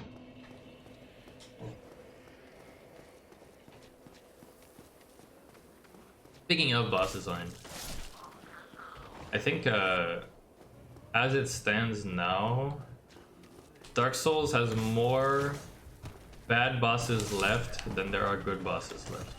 Because the bosses that are left in the DLC are Manus and Calamite, which are good bosses. In the base game, there's gonna be Sif, and there's gonna be the Four Kings, which I think are good boss fights. So the Four Kings is good, but it's also kind of awkward. I think it's like a middle tier good. It's not like a high tier good. And then and then there's Gwyn, who's a good boss fight. And then every other boss fight that's left is not so good. You have all the Demon Ruins and Lost Izalith boss fights that are not good. So you have Demon Fire Sage, you have Demon Fire Sage, you have Centipede Demon, and you have Bed of Chaos, which are not good. And that's about it. Actually, there may be more good fights in there. Bad fights.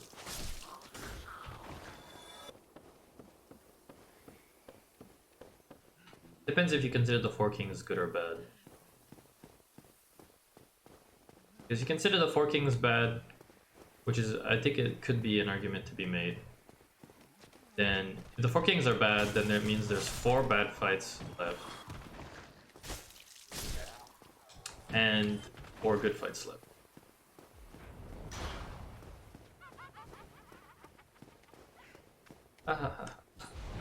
That's how I laugh.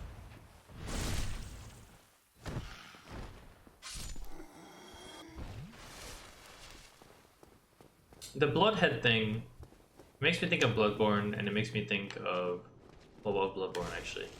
And I don't know if it's an idea that they wanted to revisit in Bloodborne, or if it's its own thing. But in Bloodborne, you know, you have the people whose heads are growing because of water. It's basically in the hospital. Is it a hospital? Is it an asylum? I don't remember. But in the hospital, you know, Lady Maria oversees people who are all their heads are like bloating and turning into goop. And it's like a way, I believe, to artificially create like little sectoid aliens, because it's like the celestial emissaries have big bloated heads, so they're like, if we bloat our own heads, maybe we can make some fake celestial emissaries. And that's why you see like the living failures. I think that's what it's supposed to. Oh my god. I think that's what the living failures is supposed to represent. The final stage of bloathead. Whatever. But then there's one lady who just turns into a blob, so. Oh my god! They're so accurate. I like it, but I hate it. I wish, you know, I think enemies like that are this accurate and this aggressive would be good in a first-person shooter, where you want like really aggressive, really skilled enemies to counter the enemy who's also really skilled and really strong. Because it's like, how do you say? It's like in a first-person shooter, the player can attack from afar. So if the enemies attack from afar and they're really dangerous, it's like it's to the game's advantage, because it's like a 1v1 duel. I'm not saying 1v1, but it's like a duel of shooters. And I feel like in a lot of shooters, you know, the enemies suck on purpose. But in Dark Souls, the problem is that the player doesn't have that much range, and even if the player does have range, like a bow or something, you know, you're not. The bow doesn't reach that far as I know, and you're not that accurate. So it makes the fact that the enemies can like snipe you from super far away feel like absolute BS.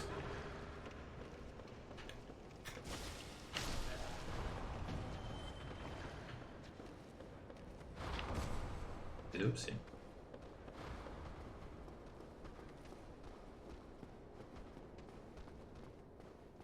Yeah, the sorcerers are what really like make this difficult.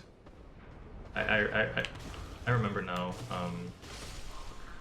DLC levels, you know, they're pretty hard, but it's the sorcerers that make it very hard because they snipe you and they do their spells do a lot of damage. That's probably why they give you the silver pendant. Actually, I think about it, because I always use it on Manus, but you can use it on.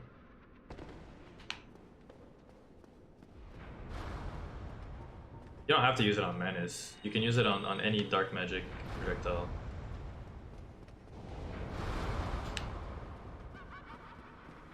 Die.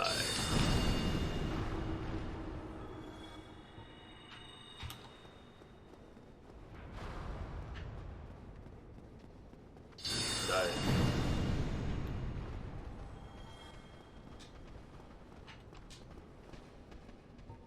Wait. Wait. I love my weapon. I love the other side sword. It's my weapon. Dark fog. Ooh, the abyss corruption is getting worse and worse. Look at all that blue juice everywhere.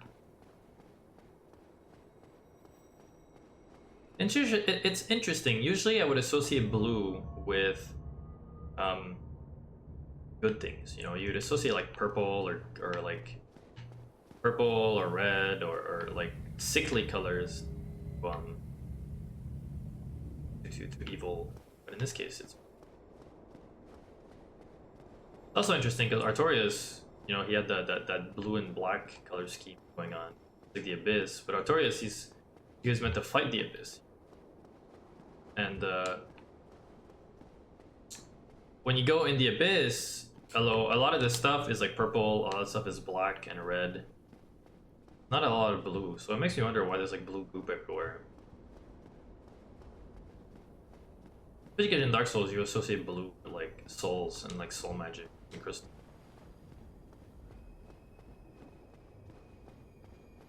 I don't know, maybe it's just the way the lights reflect on things. It's supposed to be like black, and then how like some people, their hair is so dark black that when light reflects off of it, it almost looks blue.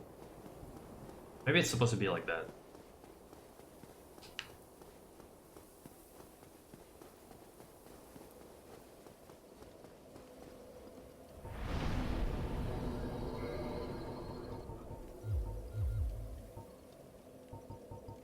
Let's increase our HP a little bit. I keep complaining that I get like one shot by everything. Not one shot, but like I take a lot of damage from stuff, so that's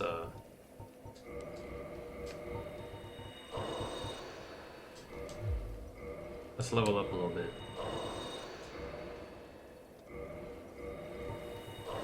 Hey.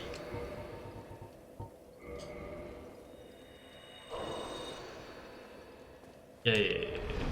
That's gonna be a little bit better. 28. Not so bad, not so bad. Also, I want to get invaded by Marvelous Chest. So let's, while we're at it, since we have humanity.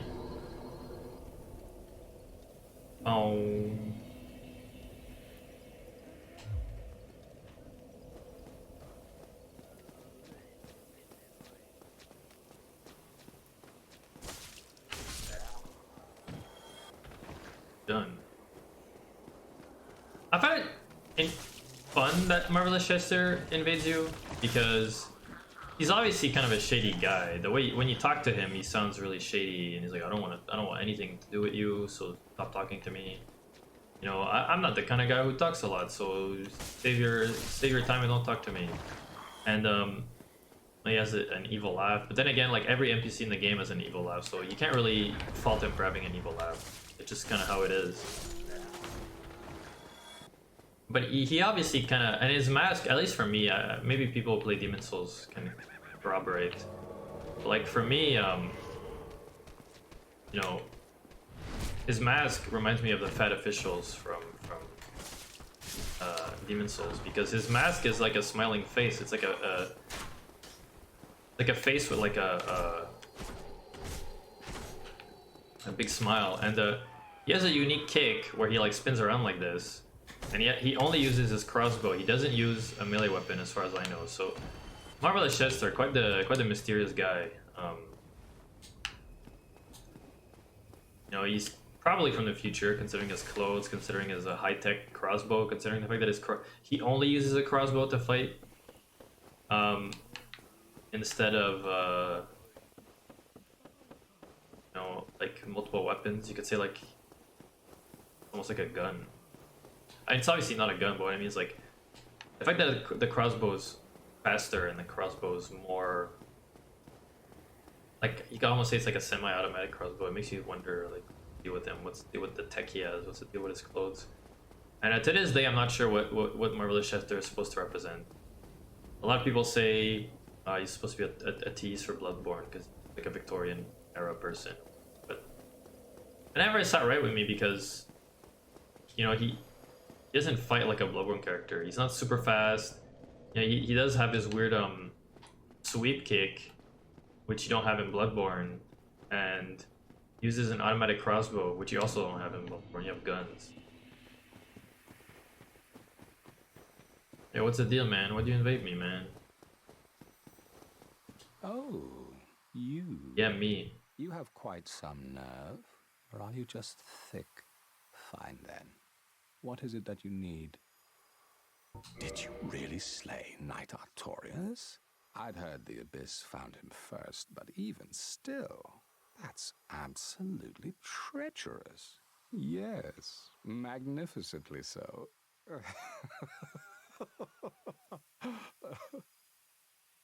Believe it or not, Ulusil has brought the Abyss upon itself, fooled by that toothy serpent. They upturned the grave of primeval man and incited his ornery wrath. What could they have been thinking? But to you and I, it's all ancient history. You have to ask yourself, does it really matter?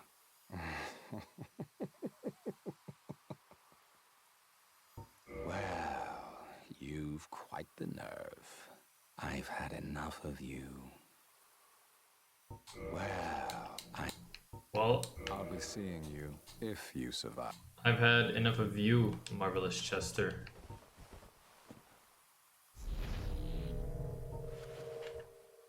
What now? You think this is all my fault? How very, very petty of you. Very petty indeed. His kick is... he just keeps firing his kick. It's so funny. Yeah, there you go. Yeah, it's over for you, Marvelous Chester. Going down, boy.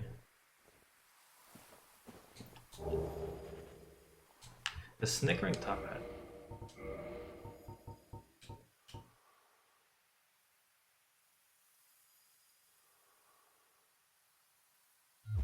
Yeah, to me it really reminds me of the Fat Officials because he has like a top hat and he has a fake face adorning the mask. Because I don't know, the Fat Officials, I could never tell if it was meant to be their face or if it was meant to be a mask that they wear to pretend to be human. Because they're clearly not human, they're like demons. And in Marvelous Chester, I know he's a human, but to me he feels like he could be a, you know, he could be a little beneficial reference, the visual design. So he says that Ulusil brought the Abyss upon itself because they listened to that toothy serpent. We only know one toothy serpent, and we're not going to see the other one because we already have the Lord Vessel, and we're going to beat Ulusil. We're going to beat New Londo with the Lord Vessel. But Frampt is one of the toothy serpents, and the other one is called Koth. And Koth is a Darkstalker. Koth is the one who wants people to realize where they come from, and he wants he seems like he wants the Abyss to proliferate, or at least he wants like darkness to proliferate. I don't know how the Abyss and darkness are connected, but clearly, you know, the Dark Wraiths are connected to the Abyss, and the Dark Wraiths eat people's humanity, and the Dark Wraiths come from the Abyss. Same with the Four Kings, and it seems like they were all influenced by Koth. They were all influenced, and they're, you know, if the Abyss is such a bad thing, why does Koth kind of why is Kath aligned with it, and why can you ally with it?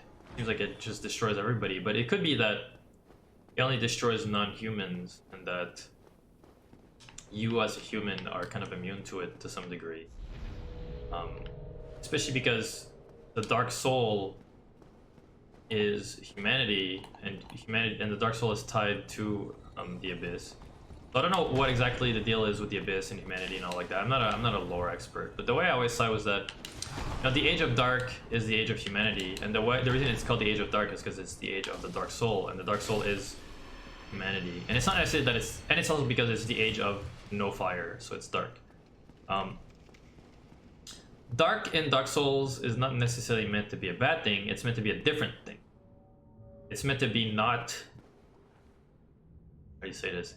It's meant to be not fire, and fire is the status quo, and darkness is the new. It's the new world, and people want to stop the new world because they're scared of. They're scared of different things. They're scared of the world being different when they're used to what is currently there. You know, people in power want to stick to what. People in power want to stick to what helps them further their power, and therefore the gods of Anor Londo, the gods of the Age of Fire, want to keep the Age of Fire going, and they want to stop the Age of Darkness from happening.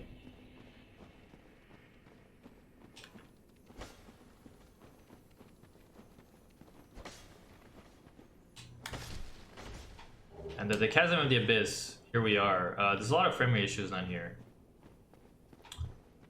Probably like rendering a bunch of stuff that we can't see, that it's actually having a hard time. I saw all these low humanity guys, look at that. Ooh.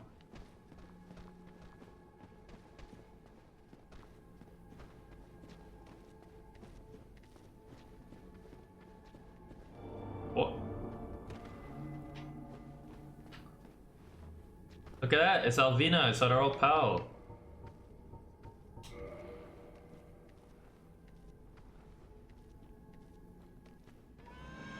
Meow.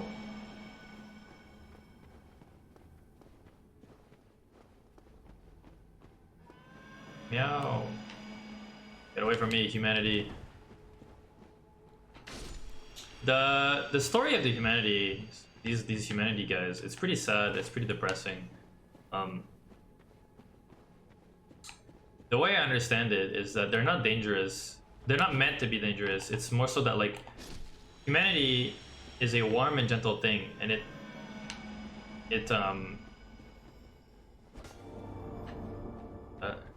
humanity is a warm and gentle thing, and it's drawn to other people. It's drawn to other humanities, and it has like a tender touch. It just wants to hug, basically. But the thing is, if it touches you, you basically get killed. So it seems like it's gonna consume you. But they're doing it out of love and affection. You know, like there's no aggressive. It's not aggressive. Aggressivity. There's no. They're not aggressive. They just gently walk towards you, and if they touch you, you take damage. And I see here they're trying to get to Sif, but Sif has a protection sigil, so they can't reach him.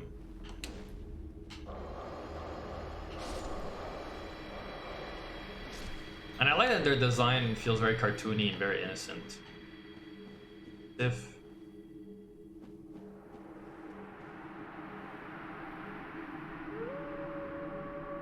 Sif with Artorias' sword and a cleansing great shield. Let's read. The steel great shield used by Knight Artorias, who succumbed to the Abyss. Artorias, deeply scarred by the Abyss, used this to form a barrier to protect his compatriot Sif. Although this drained the shield, its magic defense remains high. So that's probably why Artorias got more corrupted by the Abyss, because him and Sif were fighting. He got hurt. To protect Sif from getting hurt, he casted off his shield, and thus let his arm exposed, and that's probably why he broke his arm and why he got further corrupted by the Abyss, and probably also why the juice that he spits comes out of his arm, because the arm is that's that we're back.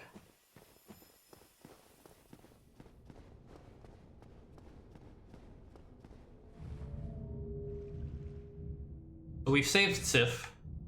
Sif can help us in the against the boss, and I will summon him. It's probably the only time I'll summon somebody, except for when I summoned Solar and he got destroyed by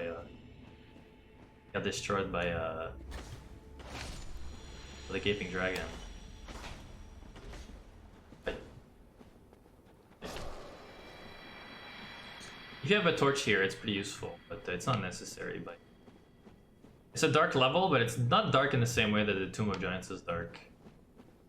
Also interesting because it's the Abyss, right? So it makes you wonder, is it dark? Is any place, I guess, consumed by the Abyss dark like this? And the answer is probably yes, because New Londo is also very dark.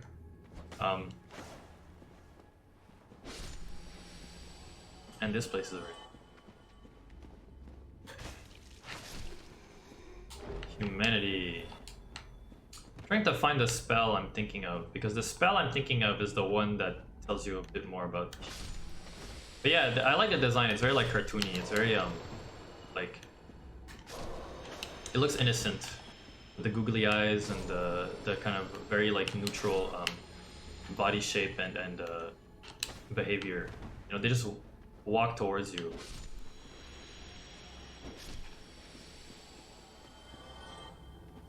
And the same thing we learned from you know, Marvelous Chester when he says that Ulysses brought the Abyss upon itself, but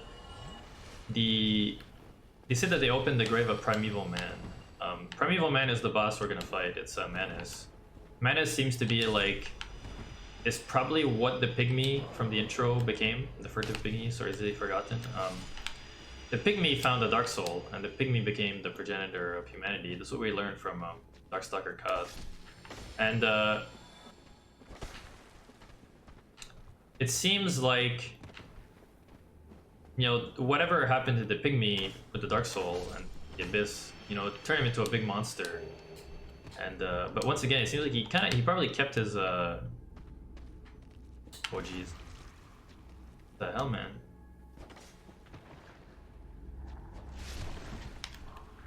Probably kept his mind because it says that you know, he was really sad and mad because he lost his pendant. And even Dusk, who got kidnapped by Manus, Dusk said that she felt no evil or animosity from Manus. So it's if I were to guess, I would say that Manus is probably a Manus is probably just kind of like somebody going on an insane tantrum. But can you blame them? You know, if your number one most prized possession got taken from you right after you woke up from a nap, how you'd feel? How you would feel?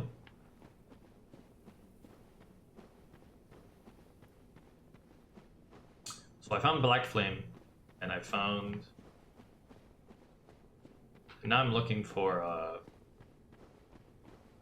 the Pursuer's spell and Dark Bead. I don't remember where they are. Very hard to orient yourself in here. This dark. Maybe I should use.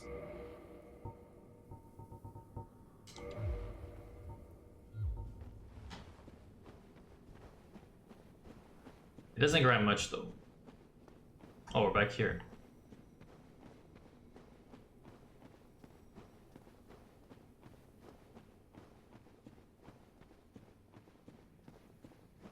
See some glowies. Yeah, see, this level is not dark the same way that Tomb of Giants is dark, because the torch doesn't illuminate much, which means the level itself is actually bright enough. It's just that you don't see very far because there's just darkness everywhere, but the visual cone of the player is the same as usual.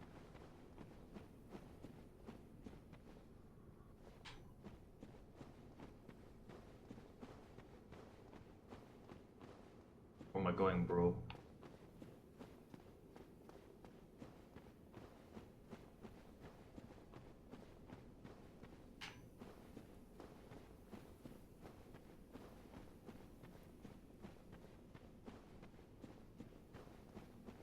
It says go down here, and then it says go down here, but then now I'm lost.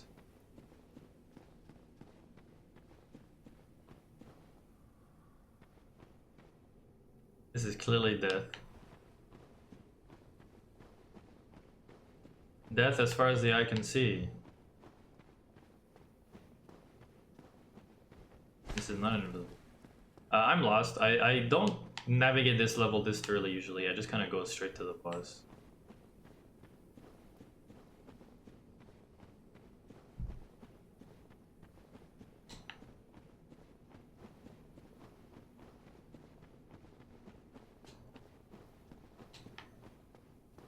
Okay. I know where we are now. Now we're talking. Now we're talking. This is like Tomb of Giants. This is pretty scary. To descend where you don't even know where you're going.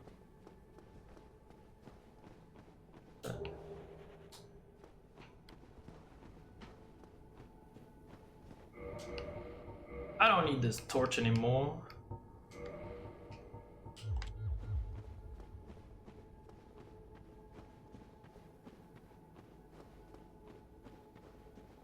Whoa. Get away from me.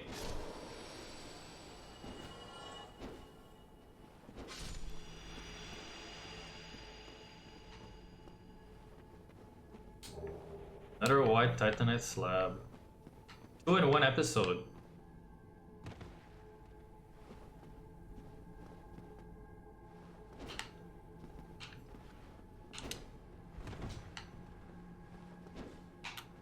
No. Yeah. Away, away.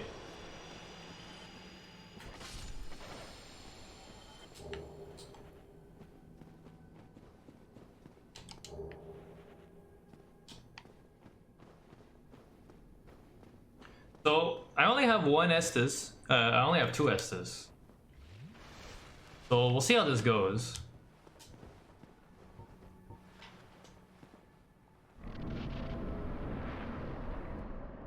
I don't have the best hopes. Menace is a pretty difficult boss. Some say he's the hardest boss in Dark Souls 1. I think that's arguably true. You know, he's the final true boss of the DLC, and he's supposed to. And the DLC is supposed to be like the true challenge content for like players who've already beat the game. So it's like Menace is the final boss of the DLC, and the DLC is supposed to be the final content. So it's like he's the final boss of the final. And he's even more of a final boss than Gwyn. And you know, I complained that Seat was a bad caster boss, and I said that Pinwheel's a pretty good caster boss. This guy's a good caster boss. You know, he's got his big staff and ready to kick some ass. Also, he has his ultimate super 78 million super combo he does, where if you get hit once, you're screwed. I just got killed by it.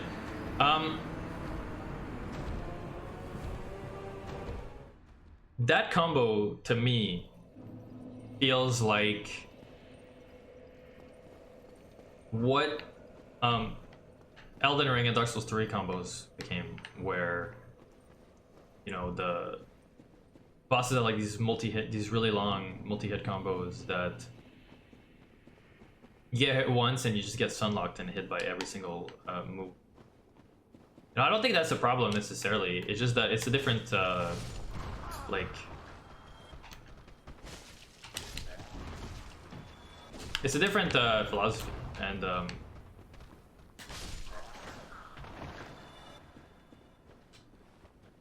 it's a different philosophy, and you know, in Dark Souls 1, it feels like it makes Menace this really Dark Bead.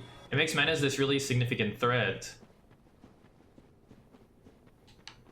because he's the only boss that has that kind of super ultra mega multi-hit combo. But in the other games, every boss has these super ultra mega combos. It doesn't feel. I also think that Menace, you know, being the final challenge, having a super combo like that also makes sense. And I also think that Menace with his big spooky arm, his magical arm, the fact that he can do something special with his special arm also makes sense to me.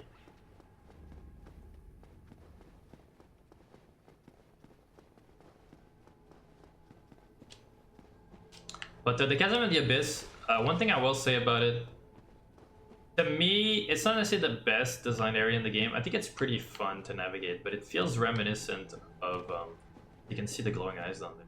Menace's eyes. It feels reminiscent of like Tomb of Giants or more like open maps like Darkroot Garden or something. And it doesn't have a darkness thing, but as far as like lore and atmosphere goes, it's a really great area. You know, the little humanities are super cool to see, and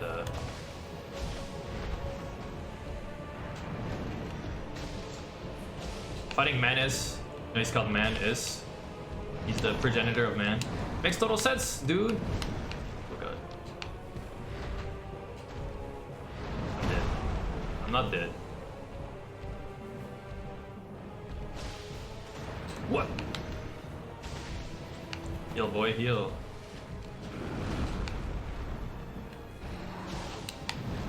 That's the ultra mega super ultra hit combo.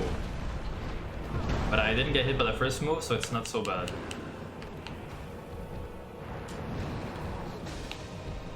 You have plenty of time to tell when he's gonna do the super ultra hit combo, because he does like a little thing where he hypes himself up and he's really mad.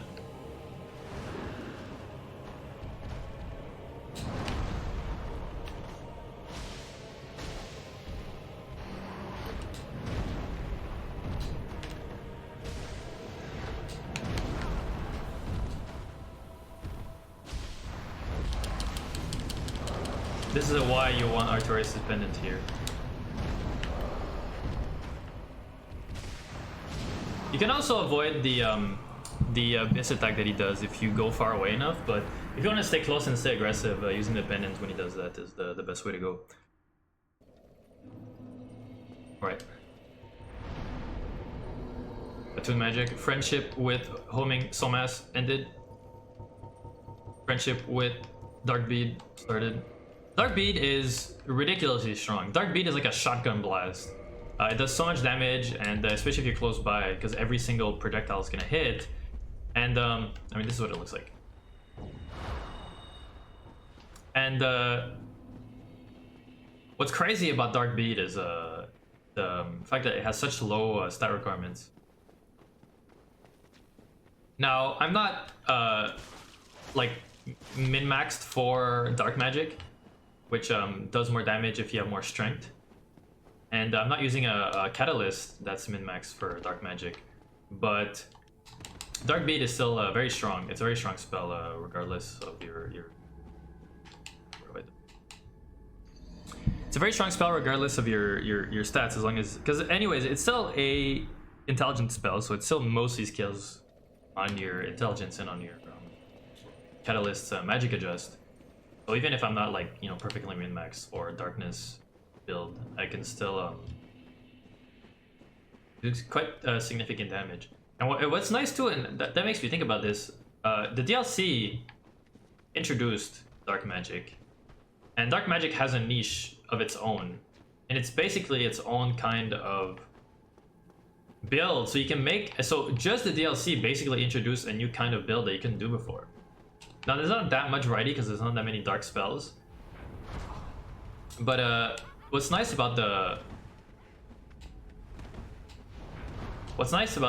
dark spells is that they scale on strength, so it's good for a player who plays a strength character. So having a strength int character, it'd be worthwhile to invest in dark spells, which is cool. And beyond that too, it just lets you diversify. It also diversifies the you know, the spell catalog.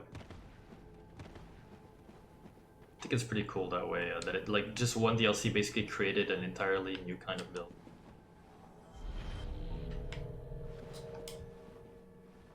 Because of course you can like build builds around weapons. You know, that's something that you see pretty often. Like, oh, there's a new weapon because of whatever, so now like people are gonna use that weapon and make builds around it. But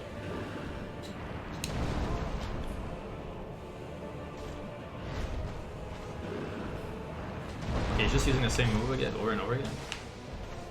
I don't mind Manus, I don't mind. It's an easy to punish move. Even Manus, you know, you could say like, oh, he's the beginning of the Dark Souls 3 and the Elden Ring design type bosses. because of his multi-hit combos and how aggressive he is and how fast he is. But Manus, you know, compared to something like any Elden Ring boss, he's so slow, man. It's actually crazy how slow he is compared to a lot of enemies. Dark Beam. Yeah, it's not that strong from far away, but especially because he's a dark resistant enemy, because he is the dark guy. But you know, what I wanted to say was, yeah, Manus is like, he's so slow. If you compare him to anything in Dark Souls 3 or in Elden Ring, and it feels crazy to me because once again, you know, Artorias and Manus is supposed to be like Dark Souls juiced for all it's worth. You know, the fastest Dark Souls ever gets is Manus and Artorias, and the most aggressive Dark Souls gets is Manus and Artorias. So it's crazy to think that in From Software's future titles, they would be considered slow, or at least mid-tier. And even like aggressivity wise, they're pretty not so bad. And even more so than that too,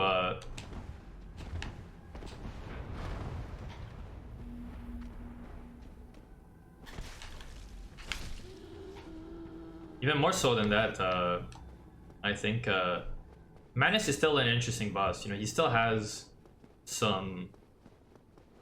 He's not just the fast aggressive boss with like who has a lot of health and does a lot of damage. You know, he has like his dark spells. He feels like a caster. Feels like he's this crazy, like almost like a monkey. To me at least, he feels a bit like monkey-like. He's really fast. He's really aggressive. He casts his spells, and he just feels like this almost insurmountable foe. And he fights like nothing else in the game, and he really feels unique.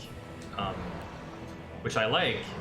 And in the later games, I feel like stuff like this doesn't happen as often, where the bosses feel more samey, because they're all designed like Manus. They're all challenge bosses. They're not all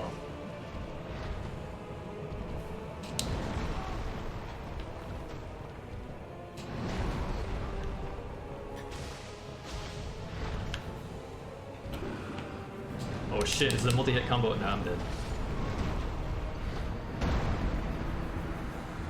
I should stop talking about. I should just stop comparing bosses to later bosses, because like I love the bosses in the later games too. Don't get me wrong. I think they're great. They're great tests of strength, and they're really fun. And like the in the moment, you know, like that one-on-one or like two-on-one test of skill and reaction time and execution is really nice. But after the fact, when I think about them, I think, well, you know, yeah, it was just a mechanical test of skill. They didn't have anything special going. Whereas Manus, to some degree, I feel like there's something special going. Because he's unique in comparison to theater bosses, and he still has like a little bit of a gimmick going on with the. Yeah, he still has a little bit of a gimmick going on with the pendant, where he can counter his darkness spells. I think overall he's just a good fight, not just in terms of how memorable he is, but also just in terms of the experience of the boss fight. That there's some puzzle solving involved, but also some skill-based stuff going on. And I feel like as a final boss for Dark Souls, he's also appropriate in every way. You know, he gives you more information regarding the lore, because he teaches you, it's like what happened to the pygmy, and also he gives you information about the darkness and about the abyss. He's also satisfying not just from a lore perspective and a story perspective, he's also satisfying from a combat perspective, and he's satisfying from like a adventurer vibes perspective, where shit.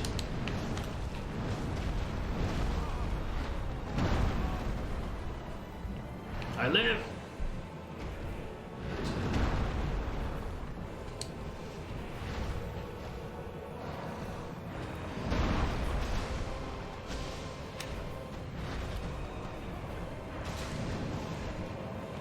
But it's crazy how fast he reacts. Like he feels slower. He looks like he's slower than he is, but he actually is very fast.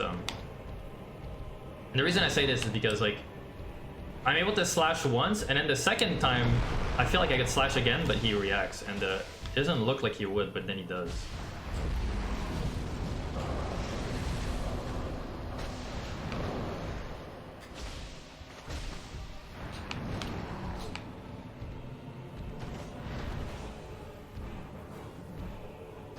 I don't remember where Sif's summon sign is. It's kind of out of the way if I remember correctly. And I don't know if you can summon him if you're undead.